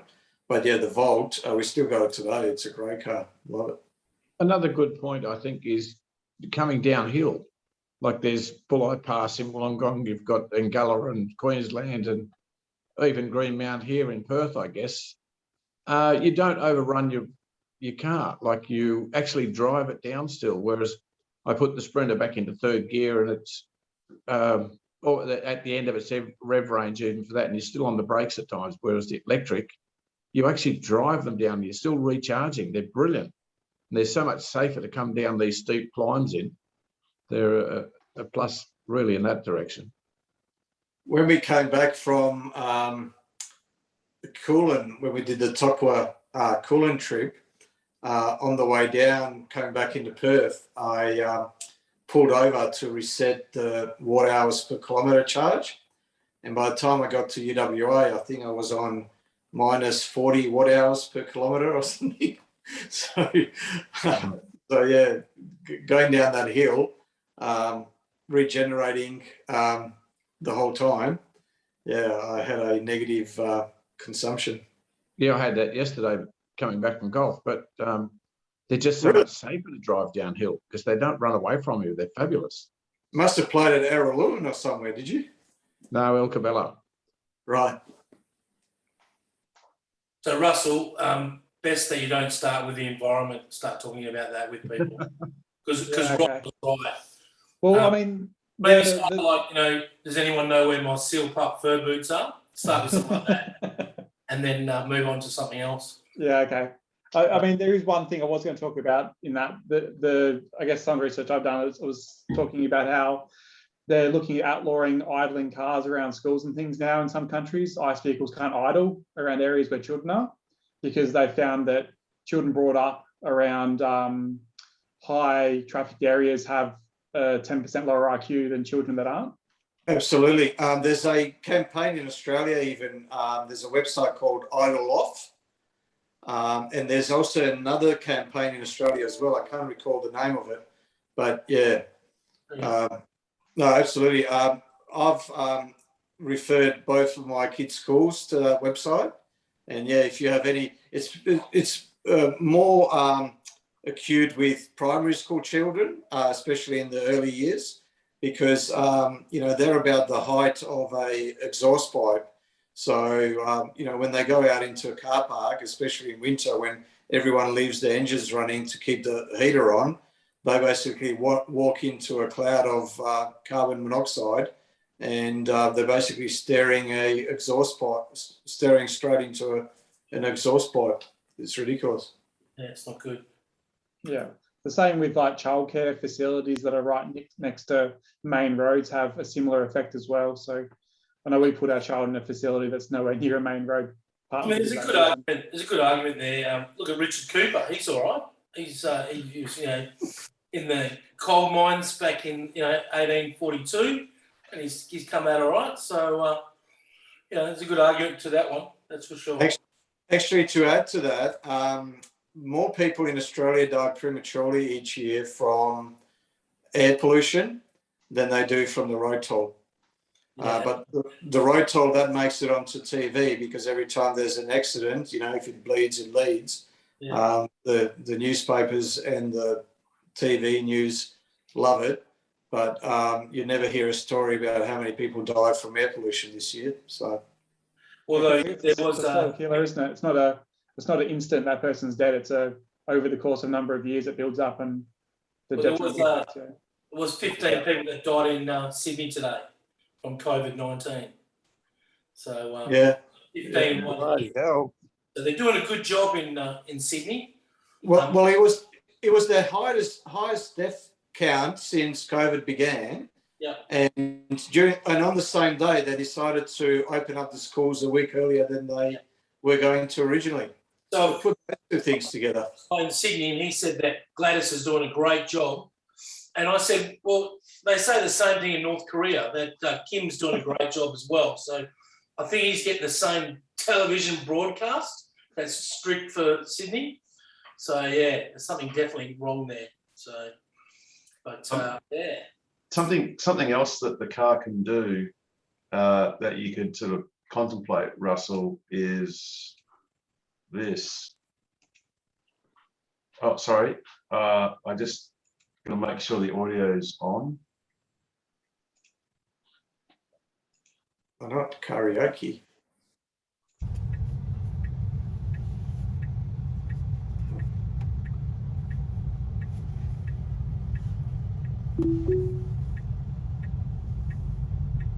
This is hands-free, of course.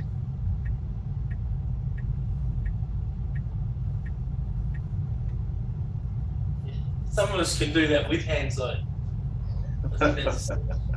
Now, I would argue that the parallel parking is almost as good, or probably as good as the average driver. The perpendicular parking is not quite there yet, but there's plenty of cars that can do parallel parking on their own.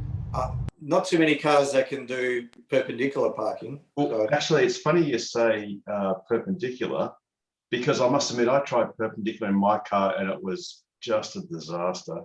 Yeah. But I've actually got another clip of perpendicular. Reverse. Shift to reverse.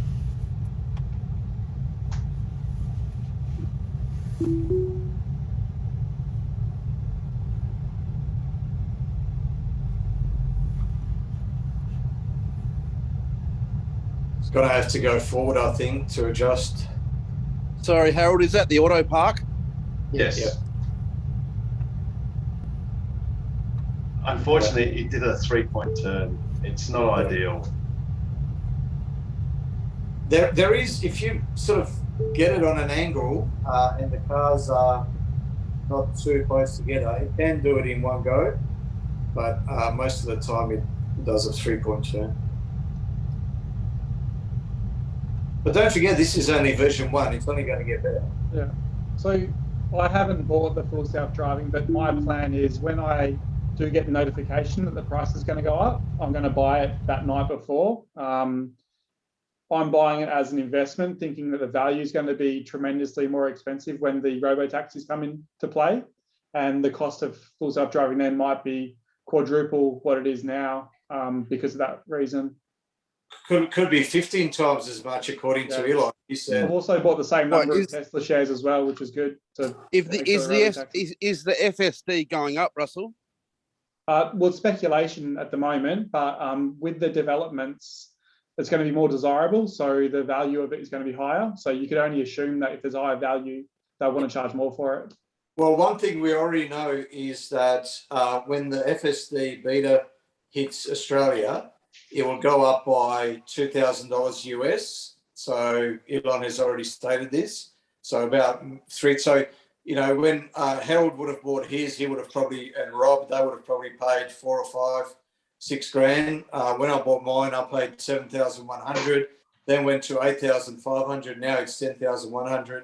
It'll be $13,000 when FSD beta comes to Australia. But Elon said that when it's fully fledged, it might be worth $100 grand US, which is about 150 grand Australian. Now, one thing to note though, and this is very important to understand, if you're buying it as an investment, this is where the insurance companies really need to catch up, and this is where Tesla needs to change its policy, because if you buy it as an investment and through no fault of your own, someone T-bones you and the car is written off, you can't transfer the full self-driving to your next Tesla. You've got to pay the 10,100 again. But when that car T-bones you, if you pay 10 grand for it, and this is in 2-3 years time when it's worth 50, 60, 100 grand, then you've just lost, assuming you weren't insured for that additional amount, you've just lost, an asset worth, 80 grand, 90 grand, whatever it might be worth at that point. Oh my God. So,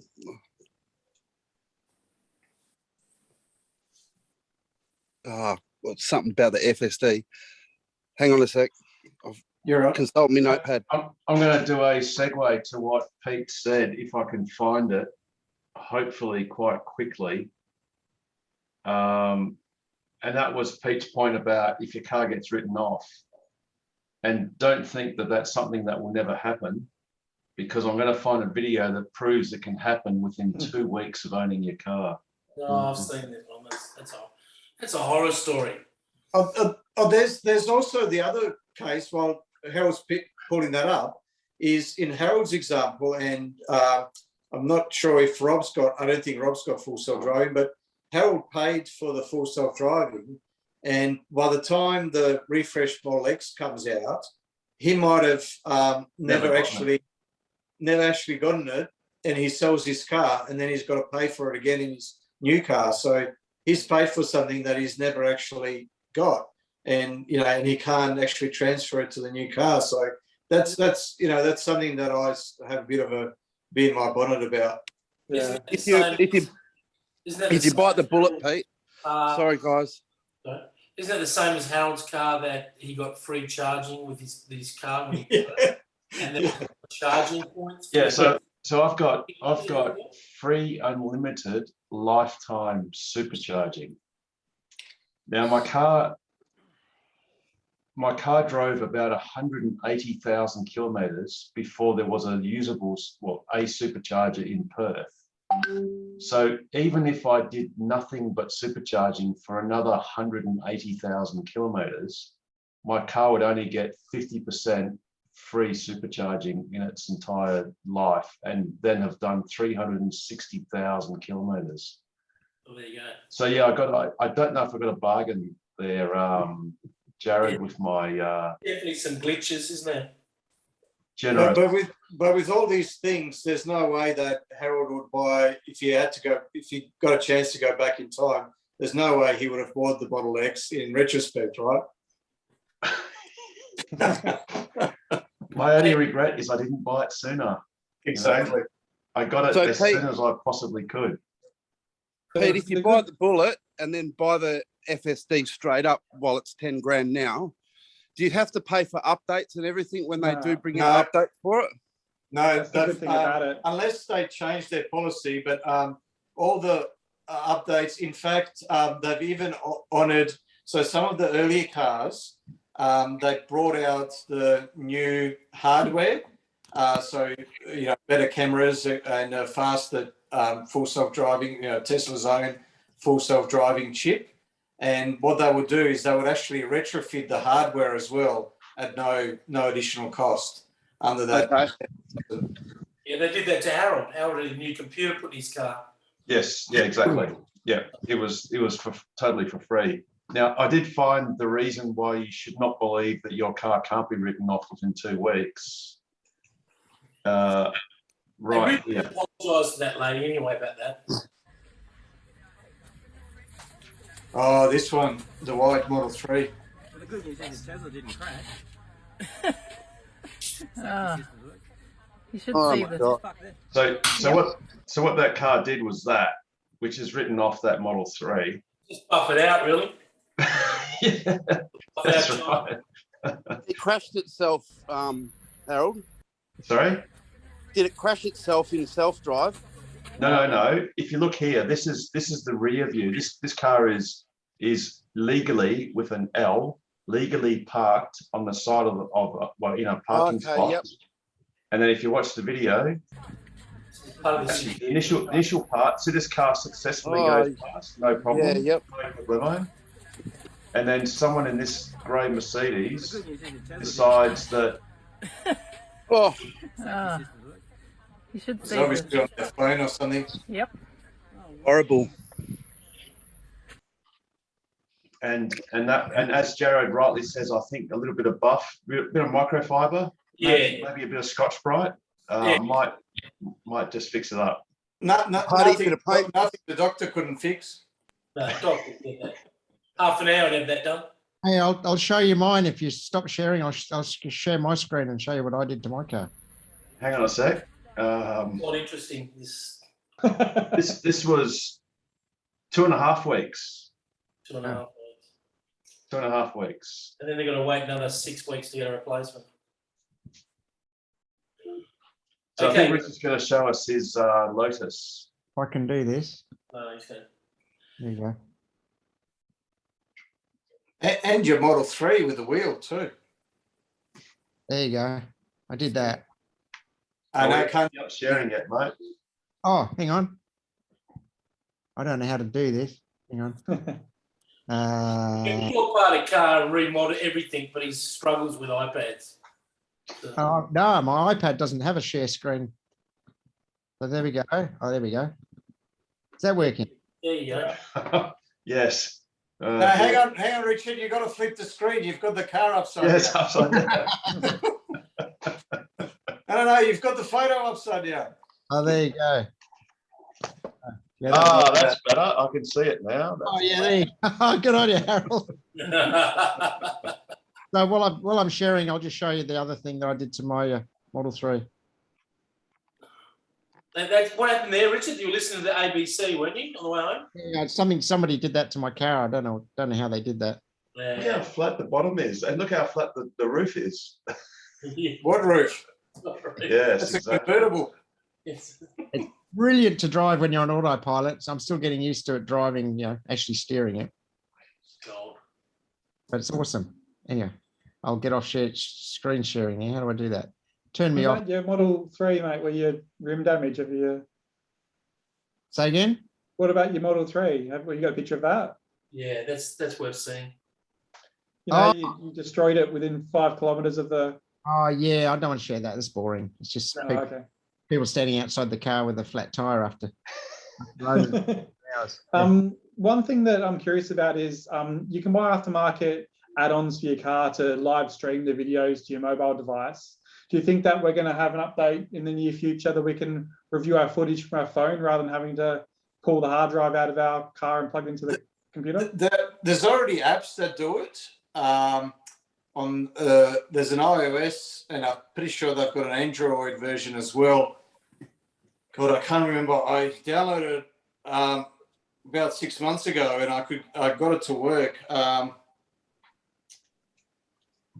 Just talk amongst yourselves. I'll see if I can. Yeah, I'm aware of those ones, Pete. I was more thinking potentially if there's like an OEM, whether they're going to come out with an update at some point. Because I mean, if they can do it with a third-party app, that Tesla could do it themselves. So, of course, I don't know if you guys have heard anything in that space. Probably. I haven't heard anything, but I know a lot of people have asked Elon for that. I know it's been a fairly frequently requested feature, not as much as waypoints, but just I'll do it after waypoints. Yeah. Wasn't that also involved with live streaming of actually streaming the footage live in real time? Yeah, and also recorded versions of it as well. Obviously, something like a micropayment or something like a subscription service or something to go with your premium subscription. I don't know how they're going to price it, but it could be something when they're starting to sell these vehicles. I think they're going to move away from the trying to make more money on their micropayments because they're not making money off servicing anymore. They never made money off servicing, and it's not their model. I mean, compared to other car manufacturers, that's where they really make their money for the life of the car. Exactly. Yeah. So Tesla considers their servicing as a cost center rather than a profit center, whereas for accounting purposes, whereas all the legacy automakers, they wouldn't be able to survive without selling parts and, with the kickbacks that they get from the dealers for servicing. Oh, I've got good news on my my Toyota Hilux. They're saying March next year, which is great news because they were saying September before. September this year or September next year? Next year. So it's come forward to March. That's what they moved it to March. Yeah, there was a car in the system or something that cancelled, and they've moved it closer to March. But did you actually tell them who you were? Is that what you said? You said, "Oh, no, I didn't tell them. No. Did you not watch the grand final? No, I was going to say something else. But, I was pretty impressed. I was pretty taken back by that one. But, yeah, right. So cool. So you're going to get a Hilux. You're going to wait 5-6 months now. That's all. Yeah, it's not too bad, I guess. But yeah, compared to nearly a year. So how long are you going to wait for your Cybertruck, Jared? Years. Well, that's the reason why I have to get the Hilux. I need somebody to tow the camper. That's the problem. So that's the whole reason for that. So. Actually, one bit of worrying news I didn't bring up, because, it's sort of micro news really, is, as we all have heard lately, China's got big power constraints, electricity constraints, because they basically restricted coal imports from Australia, strangely enough. I did see some news that some of Tesla's suppliers in China, some of the factories of Tesla's suppliers in China are shutting down because of power constraints, which is a bit of a short-term worry, of course. But Elon actually remarked on a tweet recently, and it's a serious issue. Yeah. Did he say? I can't remember. Did he say it in the present tense or future tense? I think he said it is a serious issue. Okay. And I dare say it is. I don't know whether Shanghai, whether there's probably more severe effects in different regions of China. So I don't know whether that means like all of China is being equally or somewhat equally affected, or perhaps I dare say if the Shanghai, that's that special trade region where factories and businesses in that part of Shanghai have certain import and export restrictions. No, not restrictions. They're like a free port. They've got benefits. Oh, sorry, free trade. Yeah, I think they call it a free port. It's not so much free trade. Yeah, so there's no tax, because one big issue with some companies, if they have to import, like say if they're exporting product, but they have to import components, sometimes that can be quite difficult because you've got to pay import duty on components that are only being subsequently re-exported. So it doesn't make a lot of sense to do that, or it becomes expensive. So I think that section where the Gigafactory is in Shanghai is a free port whereby they can import, export stuff willy-nilly and not have any tariffs or whatever. So hopefully the Gigafactory won't be affected, but clearly if some of Tesla's suppliers in China, which could be all over China, like literally all four corners of China, if they have to shut down because of no power, well, all car manufacturing is just in time parts, basically, because you can't store them on site. The other problem is one of the suppliers that I deal with have had their containers been sitting on the dock for the last 12 weeks. And getting on a boat at the moment is just impossible. And yeah, the prices, we've talked about them many weeks, but the prices just gone through the roof now. So is it that suddenly World Trade has just stepped up a notch?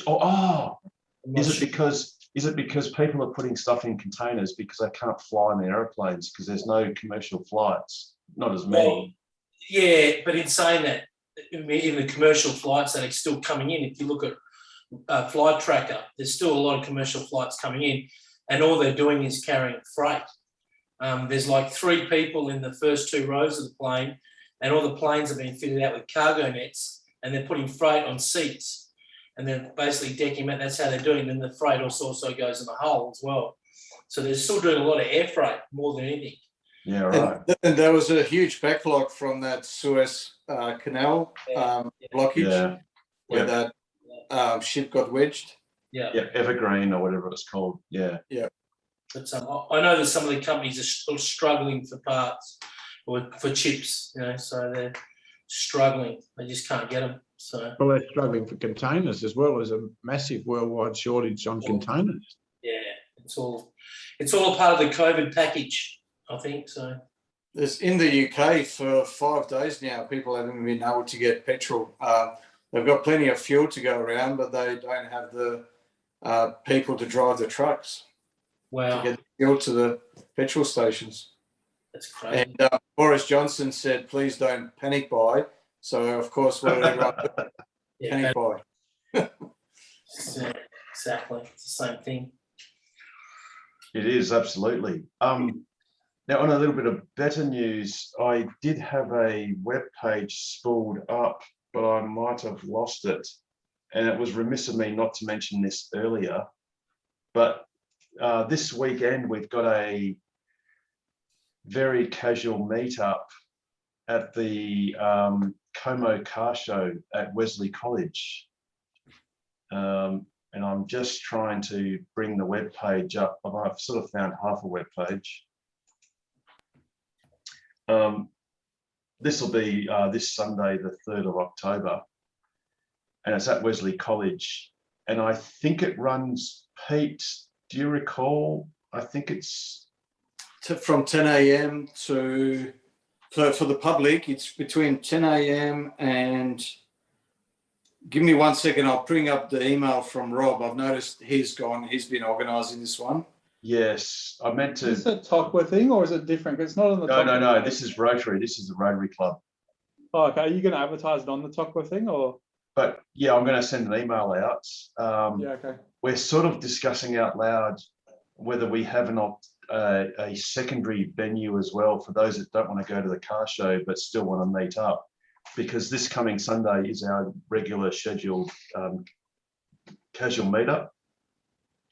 So it happens at the start of each month. Every second month it's on a Sunday lunchtime, and every other second month it's on a Wednesday evening. So this month, for October, sorry, it's on a Sunday lunchtime. So last year and the year before, we've actually just aligned our casual meetup with the car show, because there'll be a few exhibitors showing our cars off. There should be 10, hopefully. And it's between 10 a.m. and 3 p.m. for the public. Cool. Thanks, Pete. But we're sort of, one difficulty we have is that there's no sort of hotel or pub or large venue anywhere near Wesley College, unfortunately. So to have a sort of secondary venue, the nearest one is basically the Windsor Hotel, which we went to, well, a month ago, on a Wednesday evening. So I'm sort of tossing up, well, we're tossing up, you know, where else could we go? Go to the zoo and bring the kids, mate. All you got to do is do and ask us anything. That's a bit of a zoo, just quietly. Yeah, the zoo, the thing is, a zoo's, it's not really a casual meaty-uppy kind of place, because you've got an entry fee and all that sort of stuff. There's the Como Hotel, but that's south, further south, obviously, of Wesley.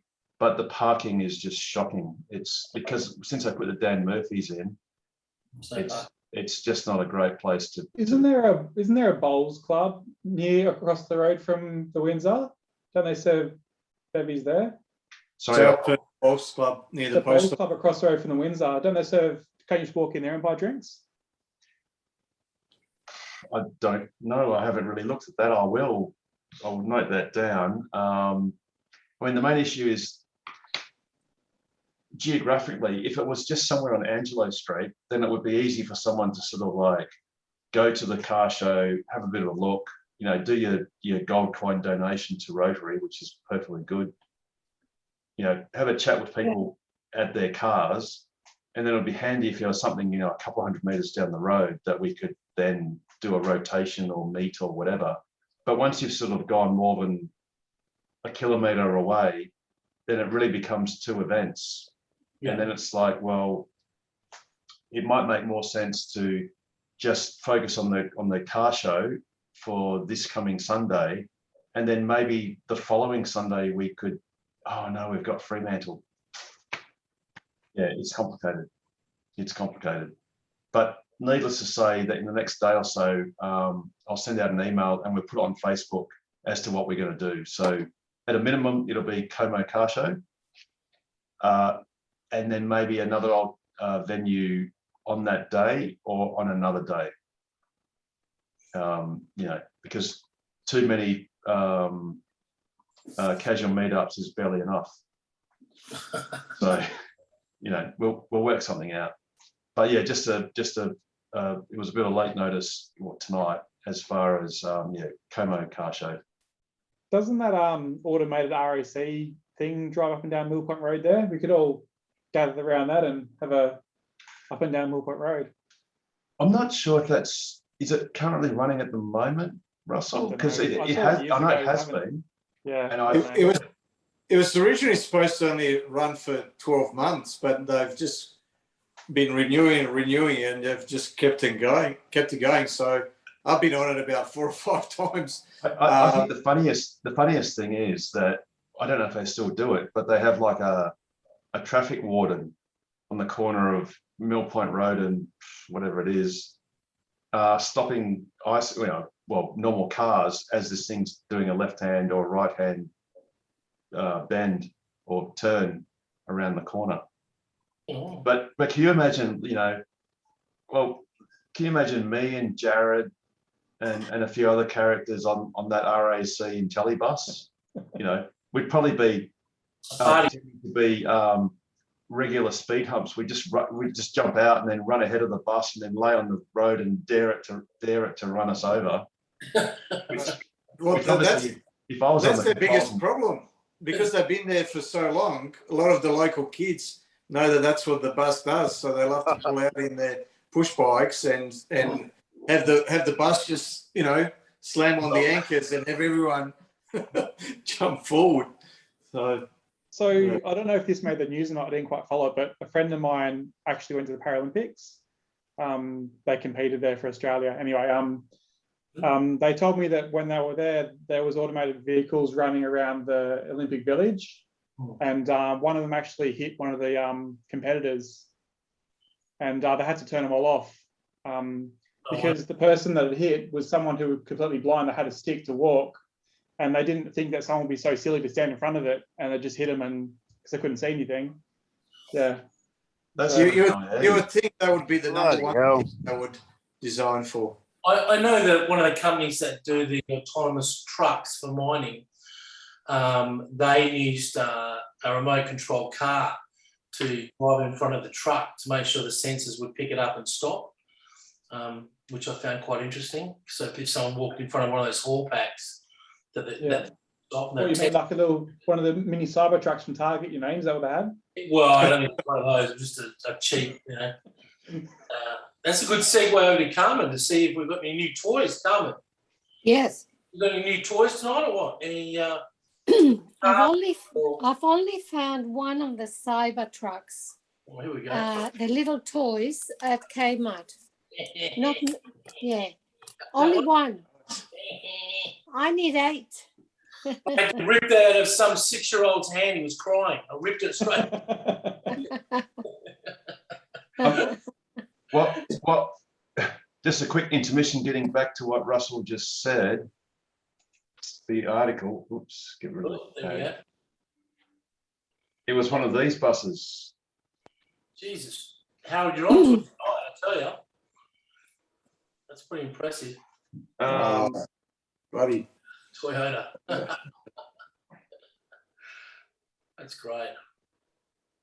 It's an e-pallet fitted with 5 LiDARs and blah-de-blah. If it was a Tesla, it wouldn't hit him. Oh, it says. Oh no! It says the bus at the bus at that time was for the shortest moment under manual control. Bullshit. Sorry. So from this information, it would appear that the cause of the accident was human error. Bullshit. Excuse me. There you go. Always blame the human. So because he was driven manually, that's why they decided to turn off all the automatic buses, did they? Yes, that's right. So isn't that funny? It was being driven manually, and the human just let up. Yeah. Anyway. Carmen, what were you saying? What toy did you get? What No, toy? just the Cybertruck, but I need 8. Oh, you just got a small one. Oh, okay. Has anyone got the bigger one yet? I imagine Russell's got one. Oh, the Model 3. No, the Cybertruck. There's a bigger version, a remote control one for $160 from Target. I know Rob, I know Harold's got one on order. On order, but Rob told me, I forget who it was, he was rather annoyed that someone actually has already gotten it. Much to... Oh, yeah. Yes. That's nice. Oh, nice, George. Work. You're on mute, George. Yeah, mine's the right colour. See, that's... I need my own. Ah, yes. Is that made out of wood? Did you make that one? No, plus them. Mine's still got the blood stains of the 6-year-old kid that I had to rip it out. That looks good, George. Back, so. He printer. Carmen, you can buy them online. I've just done a search then. You can get them online at online toy stores. Appears. So you might need to search. Oh, okay. Private store online. Okay. I'm looking for sheepskin car seat covers at the moment. Oh, Richard. Has anybody got one? Richard, doctor? You're on mute, doctor. Is there a date yet for the Cybertruck? Yes, when hell freezes over. Carmen, just quickly so if you want the little remote control one, the ones that are $40, they sell them at Toy Mate. Yeah, just put the link there for you. There you go. Have a look in the description, Carmen, in the comments. Okay. I know the store in Kennington has one. Rob put me onto that one. I went there last week and grabbed one. That's a remote control, Pete. Say again? Is that the remote control one? Yeah. Oh, good. Dog loves it. Dog loves it. Yeah. Oh, good. I'll chase those up. So who was asking about when the Cybertruck was coming out? Is that you, Russell? That was Russell. I'm not buying Cybertruck. So the answer to that question is the Rolling Stones are touring at the moment. They're on the road right now touring America. So they're gathering no moss, I guess. Correct. Does anybody know why the release dates keeps on getting pushed back so far? Which one for the Cybertruck? Components for the Cybertruck, yeah. No, it's not being pushed back. Well, it has been pushed back a little bit. It was originally 2 years ago. It was intended to be the 4th quarter of this year. It's most likely going to start production sometime next year. It could be the 1st or 2nd quarter next year. And the reason for that is it's very technical. It's got probably mainly to do with the new battery technology, the 4680 battery cells, which are super hard to make, and they're still perfecting that process. And that's also affecting the Model Y production probably will be affecting it in Germany and in Texas. Okay. So it's all sort of linked together. And Tesla's biggest impetus at the moment in America is to get their Model Y production in Texas happening, because, for instance, Tesla has totally sold out of Model Ys until April. Actually, sorry, I take that back. You can get performance versions of the Model Y in November, but the long range Model Y is sold out until, so was that April? April next year. Went from May to April this week. So performance model wise in November this year. Yes. In So Australia. what they've done is they've said, if you want the Primo version, No, in America. we'll get you the Primo version earlier, but the less Primo, so less margin, they're pushing out to, I think it's is it April, Pete? No. April next year for the long range in the US. You got pushed from May to April. That's even longer than your Hilux there, Jared. Yeah, I know, that's just nuts. Yeah, it's just the way of the world. That's what it is at the moment. I just can't believe that the second-hand ICE car market is just out of control. Like the prices that they're trying to get for second-hand ICE cars are just. Yeah, because you can't buy the new alternative for love nor money. So yeah, Cybertruck's actually really growing on me. I just don't like the wheels on it, but apart from that, it's really growing on me, that thing. The 0 to 100 in 3 seconds and can pull, what is it, 6 ton or something? 17,000. Yeah, the tri-motor one, Pete. It looks awesome. Yeah. I can see the police using the Cybertruck as the next battle cat. Because it's got it would stop all the time. It wouldn't be able to plow through people, mate. It would keep stopping and all the steering work. And...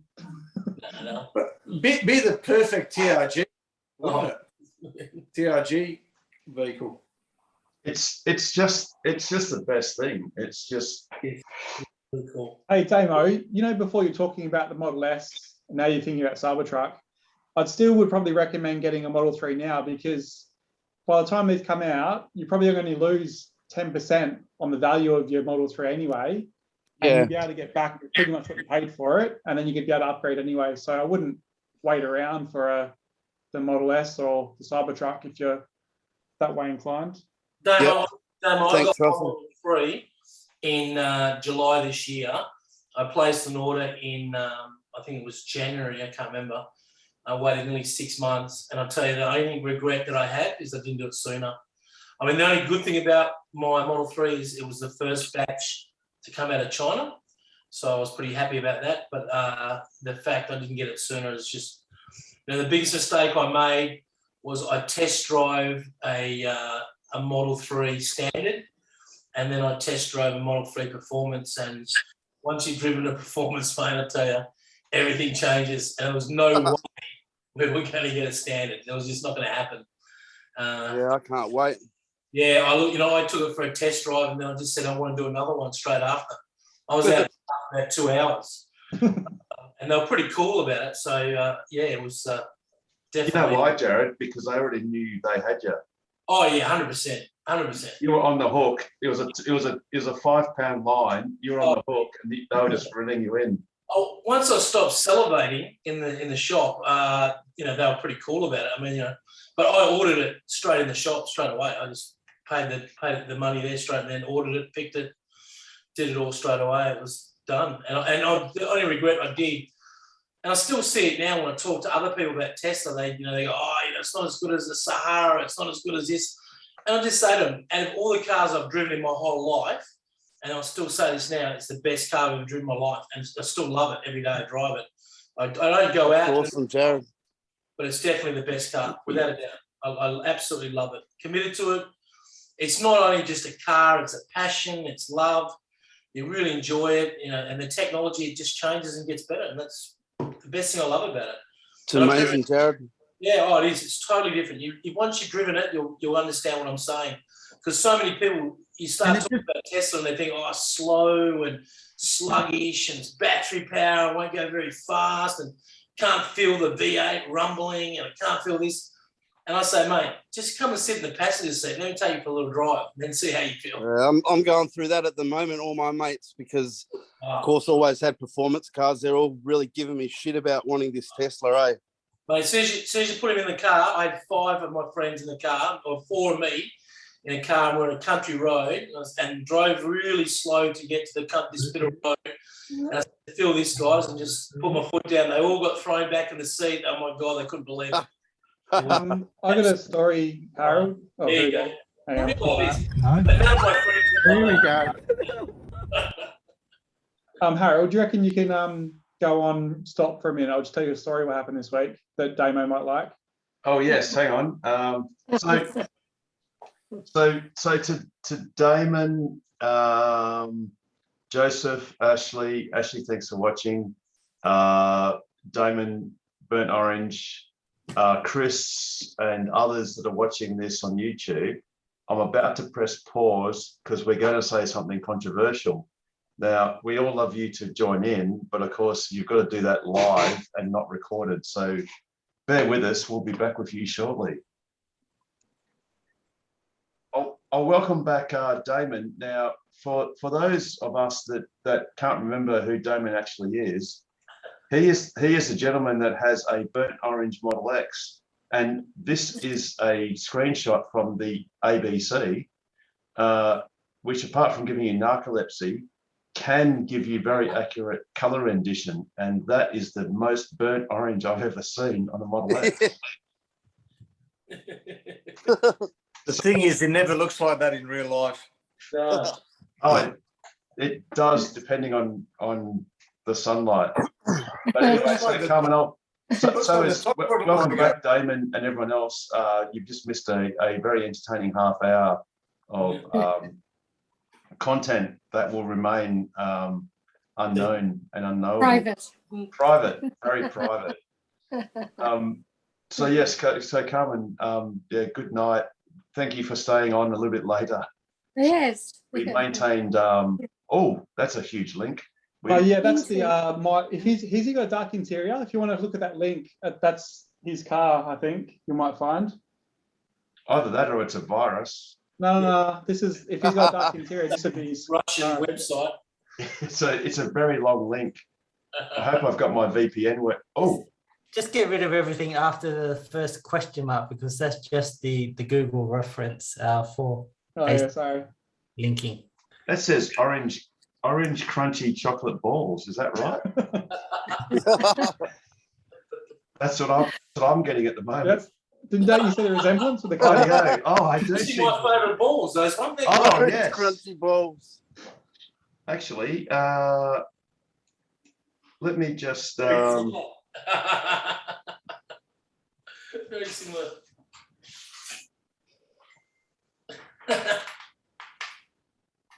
Yeah, I think so. So David, you're driving. They look the same. So Damon, I suggested you buy some Darryl orange crunchy chocolate balls, just so that you can get some color matching happening. No. $3.50. I think the car gets the price for the fluorescent. Yes, it does. There's not a lot of doubt that. Yeah, and look at the skin tones of the people. They are human beings, and yes. That was it was a mistake though, wasn't it? That wasn't meant to be the car of the car. Was it come out of factory wrong, or was that what he chose? Well, to be honest, I think Damon was at leave of his senses when he ordered that vinyl wrap. I think he ordered tomato red, but he ended up getting burnt orange. I dare say Damon was probably born in the 70s, and he just wanted to relive that burnt orange Alamine era. That's a vinyl wrap, Harold, is it? Sorry? Is that a vinyl wrap? It's a vinyl wrap, yes. Yeah. Okay. Very trendy. He just needs to wear black. Wear black all the time. Yeah, so that vinyl wrap actually cost him a lot of money to get that burnt orange. I think it's called BO. It's not bad odor. It's just burnt orange. So, God. The man's not here to defend himself, Harold. So you're taking cheap pot shots. When's he come on the Wednesday nights or? Sorry? On the Wednesday night show? I didn't get the first part of that. Sorry, Wednesday night show? A Wednesday Zoom. Has he ever come to the Wednesday night Zoom or? No, he only comes after the event. So he watches us in half-hour slabs because that's sort of less trying, because not many people can watch us all in one slab. And for He those- usually falls asleep after half an hour.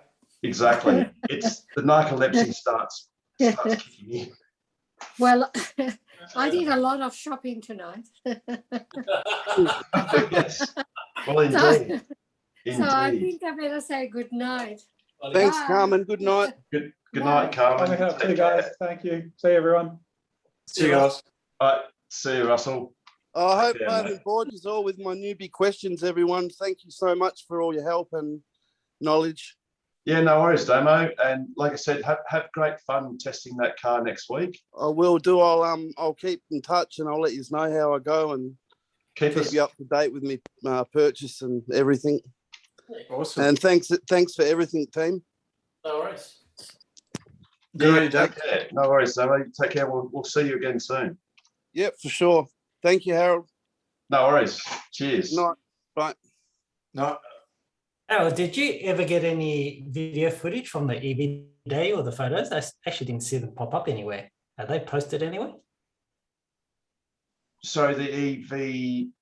On the EV day, you had a drone up. Did you put the footage or yes. video footage anywhere? Or Yes, Chris. No, we did. It's on Twitter. I'll just bring that up. It was on Tokwa's Twitter account. all right, so you didn't actually put it on the Tokwa forums or anything like that. Not on the forum. I'm just struggling to get Tokwa. While Harold brings it up, our Twitter handle's Tesla_WA, unless I'm mistaken. That's right, isn't it? That's exactly right. And I'm just bringing up videos.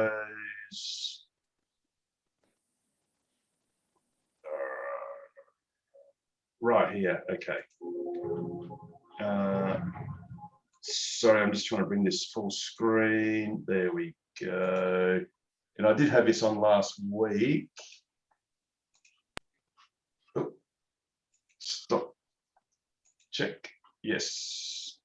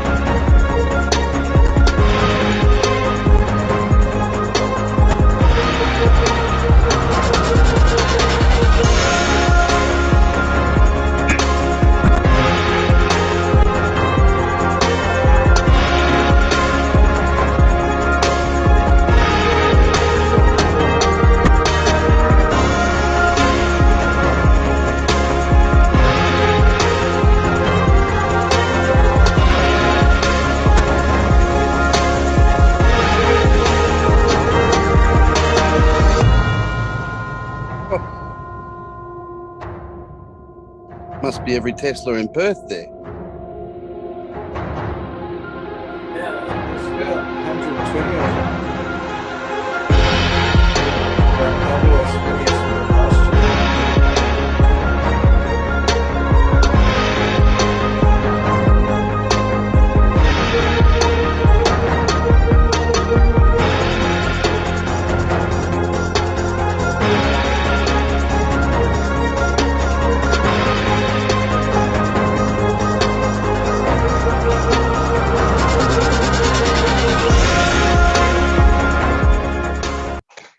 Awesome. Little did we know that would be the venue of the grand final. Some weeks later. I'm still here. I thought we were all packing it in. That's why I was saying goodbye to everyone. Oh, that's all right. You can say goodbye if you want to, but we'll just say hello. You know?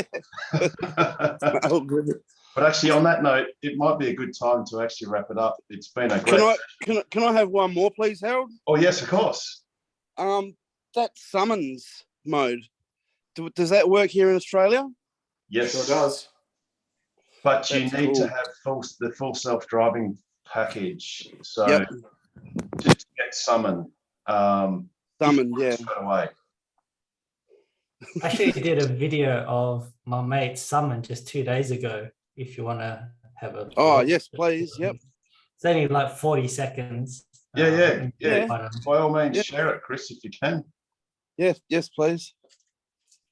maybe I'll just post a YouTube link because obviously it doesn't stream very well, right? Yeah. If you just post it up in the chat, and then I'll stream it up. Okay. All right. Just copying the link now. There you go. Okay, so that's just down the road from my place. 44 seconds. All righty. Oh,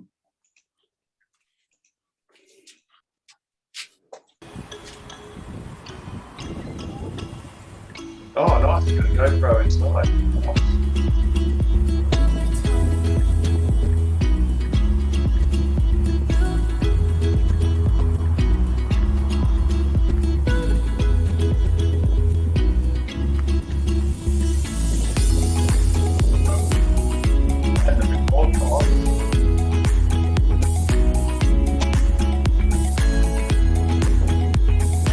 My God, that's so cool. There's no one in that car.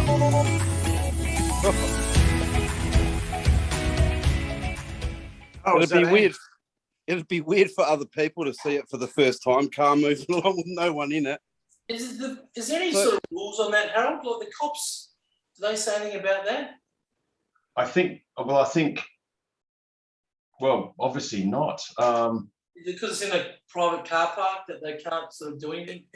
It's a little bit open to interpretation, but basically Tesla wouldn't release the feature if it wasn't permitted. Permitted. Yeah, right. There you go. And maybe they're doing it on the basis, like Jared has intimated, it is always on private land, or at least it's not on the road. Yeah, it's geofenced to private roads and private car parks. Yeah. But clearly, insurance-wise, you're responsible. Yeah. At all times.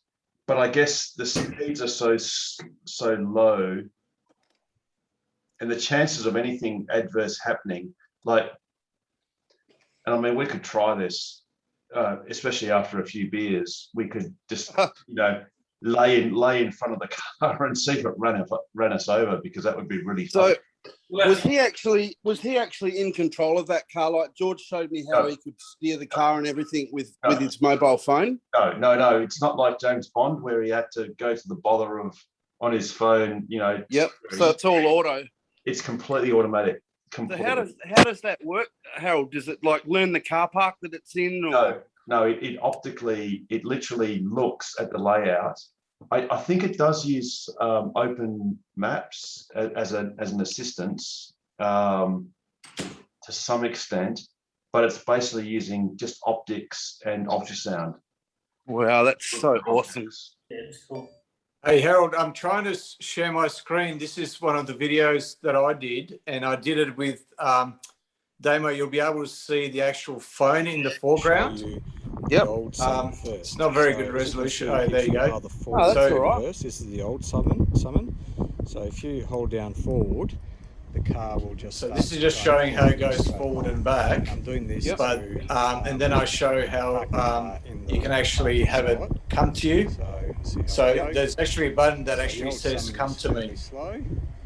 And here we go. I don't know if you can hear that. Finger go. Yeah, I can hear it. Yeah, we can hear it. And I'm not sure if you heard that, but it's just applied. It's amazing. So what we'll do now is we'll try out the new summon. So that's Smart Summon. So I'll press that button there. You can see it's already planned out a route. I'm going to press go to target. Oh, sorry, go to target. Sorry. Finger down on that. Yep. So as you can see, it's already registered it, put its 4 indicators on. It's trying to work out whether it should reverse or what it should do. No. Might have to try that again. Oh, stuffed up that one. Didn't even realise. I did a few goes on this video. It only goes for about 49 minutes. It's still the first version. It's pretty close to perfect, but not quite perfect. Oh, here she comes. I do like the black, Pete. Yes, I'm over here. Yeah. Don't I actually forget, this wanted is white, using but GPS. black was the only GPS is free colour at the up to time. About 3 or 4 or 5 meters. And you got the white gaffer over the license plate. Yeah, Pretty close. yeah. That was before I had the vanity plate. I was too embarrassed with, the standard plate. Yeah, that one wasn't perfect, but close enough. Very impressive, nevertheless. Yeah, I like the black. I want to get black with the black As and you white can number see, plates, got the car saying parked 11 seconds on the in another plates. parking spot. Oh, you can't say that, Damo, because someone will watch this video and then gazump you. There goes the handbrake, and it's going forward. That's right. I'll go and buy it, then I'll just charge you double for it. Hey, that's what people do now.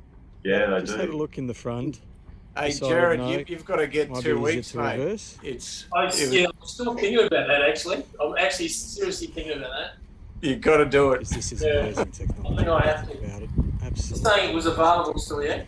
There's the Having a indicator. look, Jared. Yes, it's right in Last front of week me. it was Hang still on. available, unless someone watched the video and Where's this one stopping? I have to, if Harold's got 2 weeks, I have to change it to 3 weeks. Yeah, it's fairly close to me, about half a metre away. Custom aluminium. Do you want it in custom? We don't care. That's awesome, Pete. They just heard. no worries. Sorry, I don't know what I'm doing here. It's that video, Tesla Smart Summit in Australia. Yeah, that's the one if you want to watch the whole thing. But yeah, I'll put a camera in on the inside of the car, so you can see the steering wheel turning, which is pretty cool.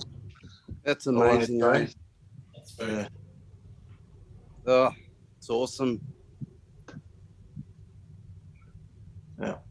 Yeah, that's Who cool. would have thought 15, 20 years ago would be seeing this stuff in our lifetime? Oh, yeah, 100%. Very good. All right, so here we go. Well, that's 2 weeks. 2 weeks is still good. What's our third choice, Jared? 2.5 weeks.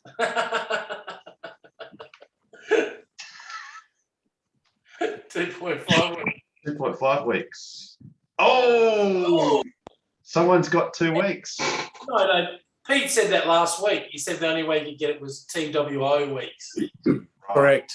Pete said that last week, so that's Invalid. available. Oh, invalid format. Okay, so Oh, God. how about? No, you can't get. No. you can go up to 9 characters, can't you, in WA? Yeah, Yeah. 2 half weeks. 2.5 weeks. 2 2 weeks. hoof weeks. I like 2 weeks. But you get 2 weeks. 2 weeks. That's it. Design now. All right. Gold.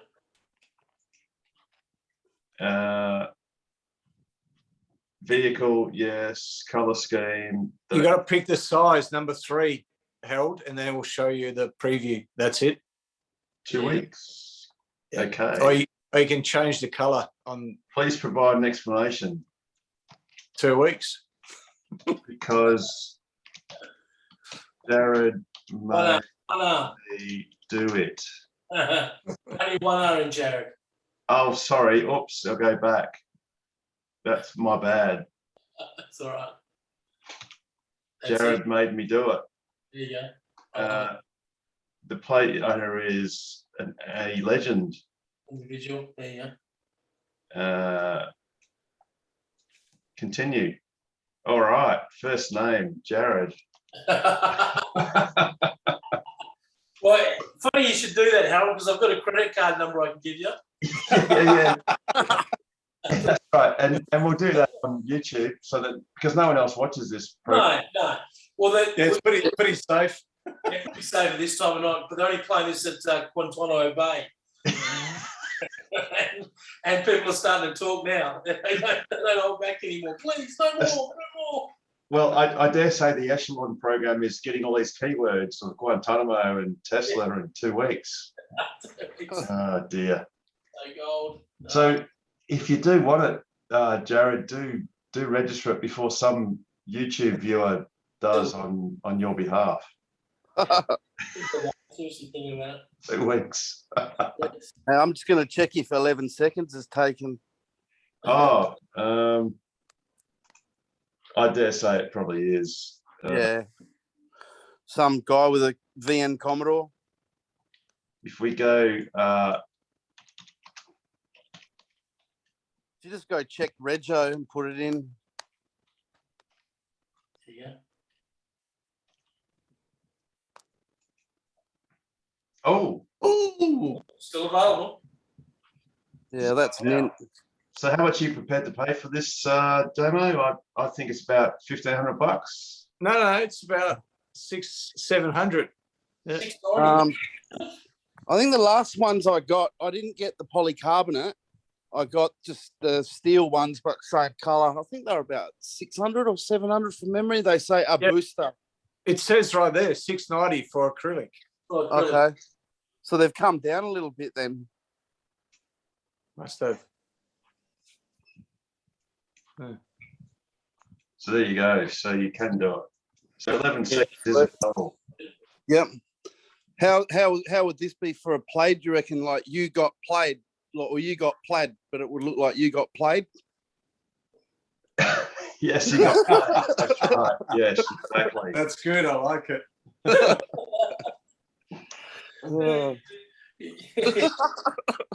All right. On that note, it's probably a good time to wrap up. I don't even know what time it is. And what's Tesla done very quickly? I think they're going They're up a couple of, Harold. Oh, they are. Oh, 780. Yeah, right. I know they were up to 790 earlier on. Yeah, I did see that. Yes. They've sort of done a bit of a.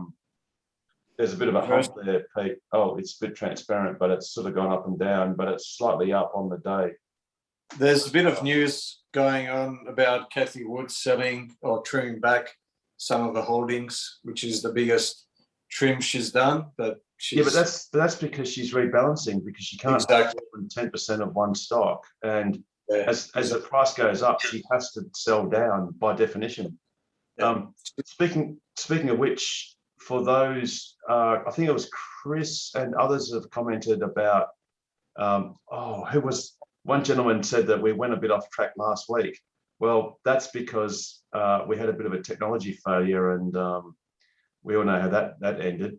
Oh, by the way, I did work out how to turn the stream off, and I did, after a couple of days, work out how to stitch the two videos together, so it's in full. The full thing got recorded, Pete and Jared, but well, except for the bit where I was offline. Oh, good. I can go back and watch the 4.5 hours again now. Yeah, well, that's right. Yeah, and you know what? To be honest, what was it that Elon Musk said? The one thing money can't buy is time, or something. You can have as much money as you want, but you can't get time. So, Pete, if you did go and re-watch those 4.5 hours, you'll never get that time back ever again. No, I won't. And it scares me that we've got 61 subscribers that might have actually watched those 4.5 hours. But anyway, that is scary. They're all getting therapy though, aren't they? so many person hours of wasted time. It's kind of what YouTube's all about, isn't it? Absolutely. It's not wasted if they're sitting there enjoying it.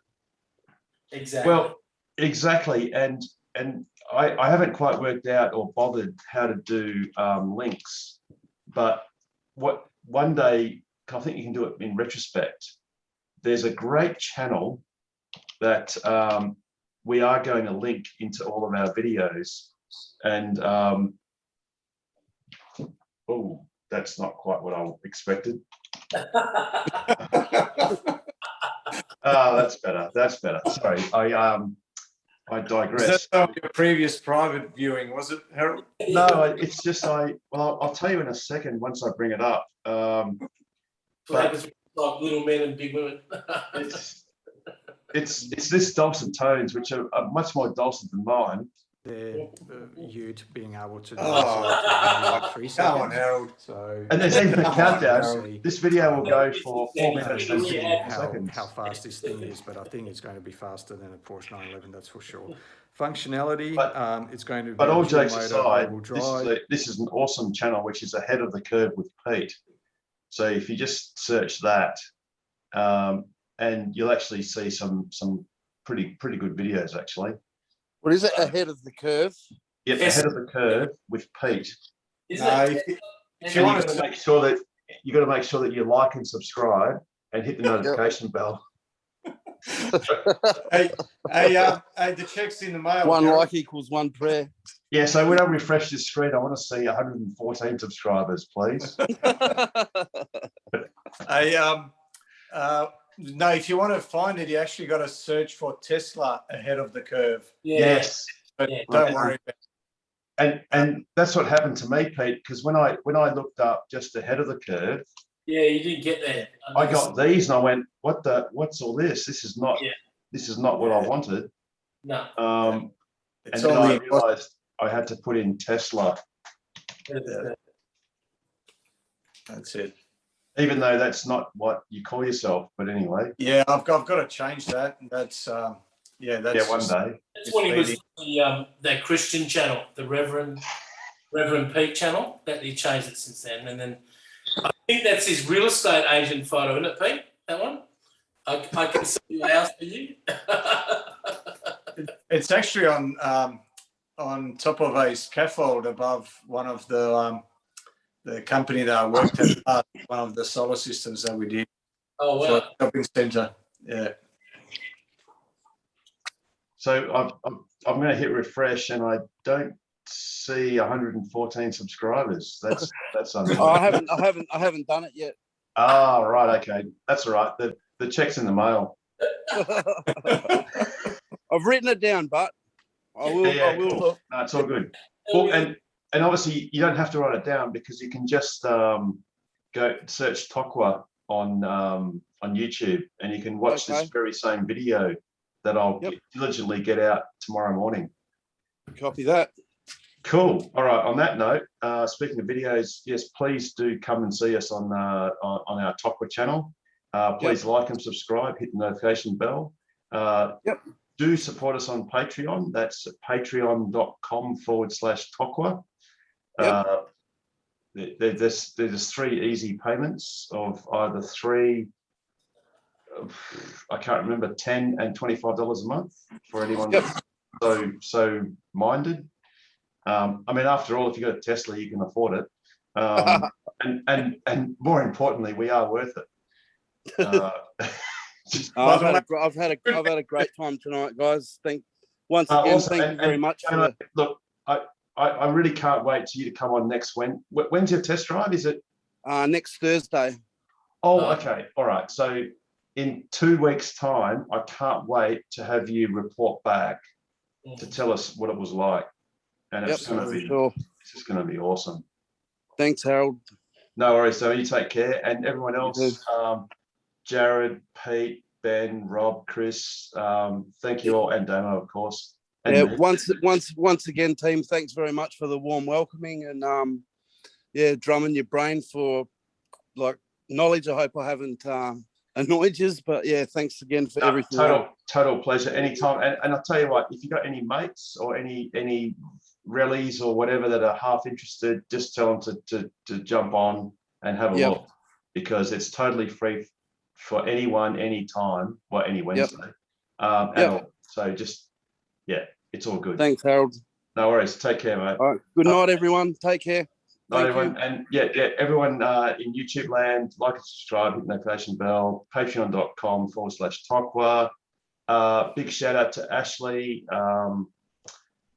Thanks for watching and thinking of you and your family. Damon with your burnt orange Model X, Joseph, Chris, Hosni Mubarak, and everyone else, thank you for watching. And everyone here, thanks for participating. Really appreciate it. And we'll see you all next week. Copy that. Thank you. Take care. Good night. See you. Thanks.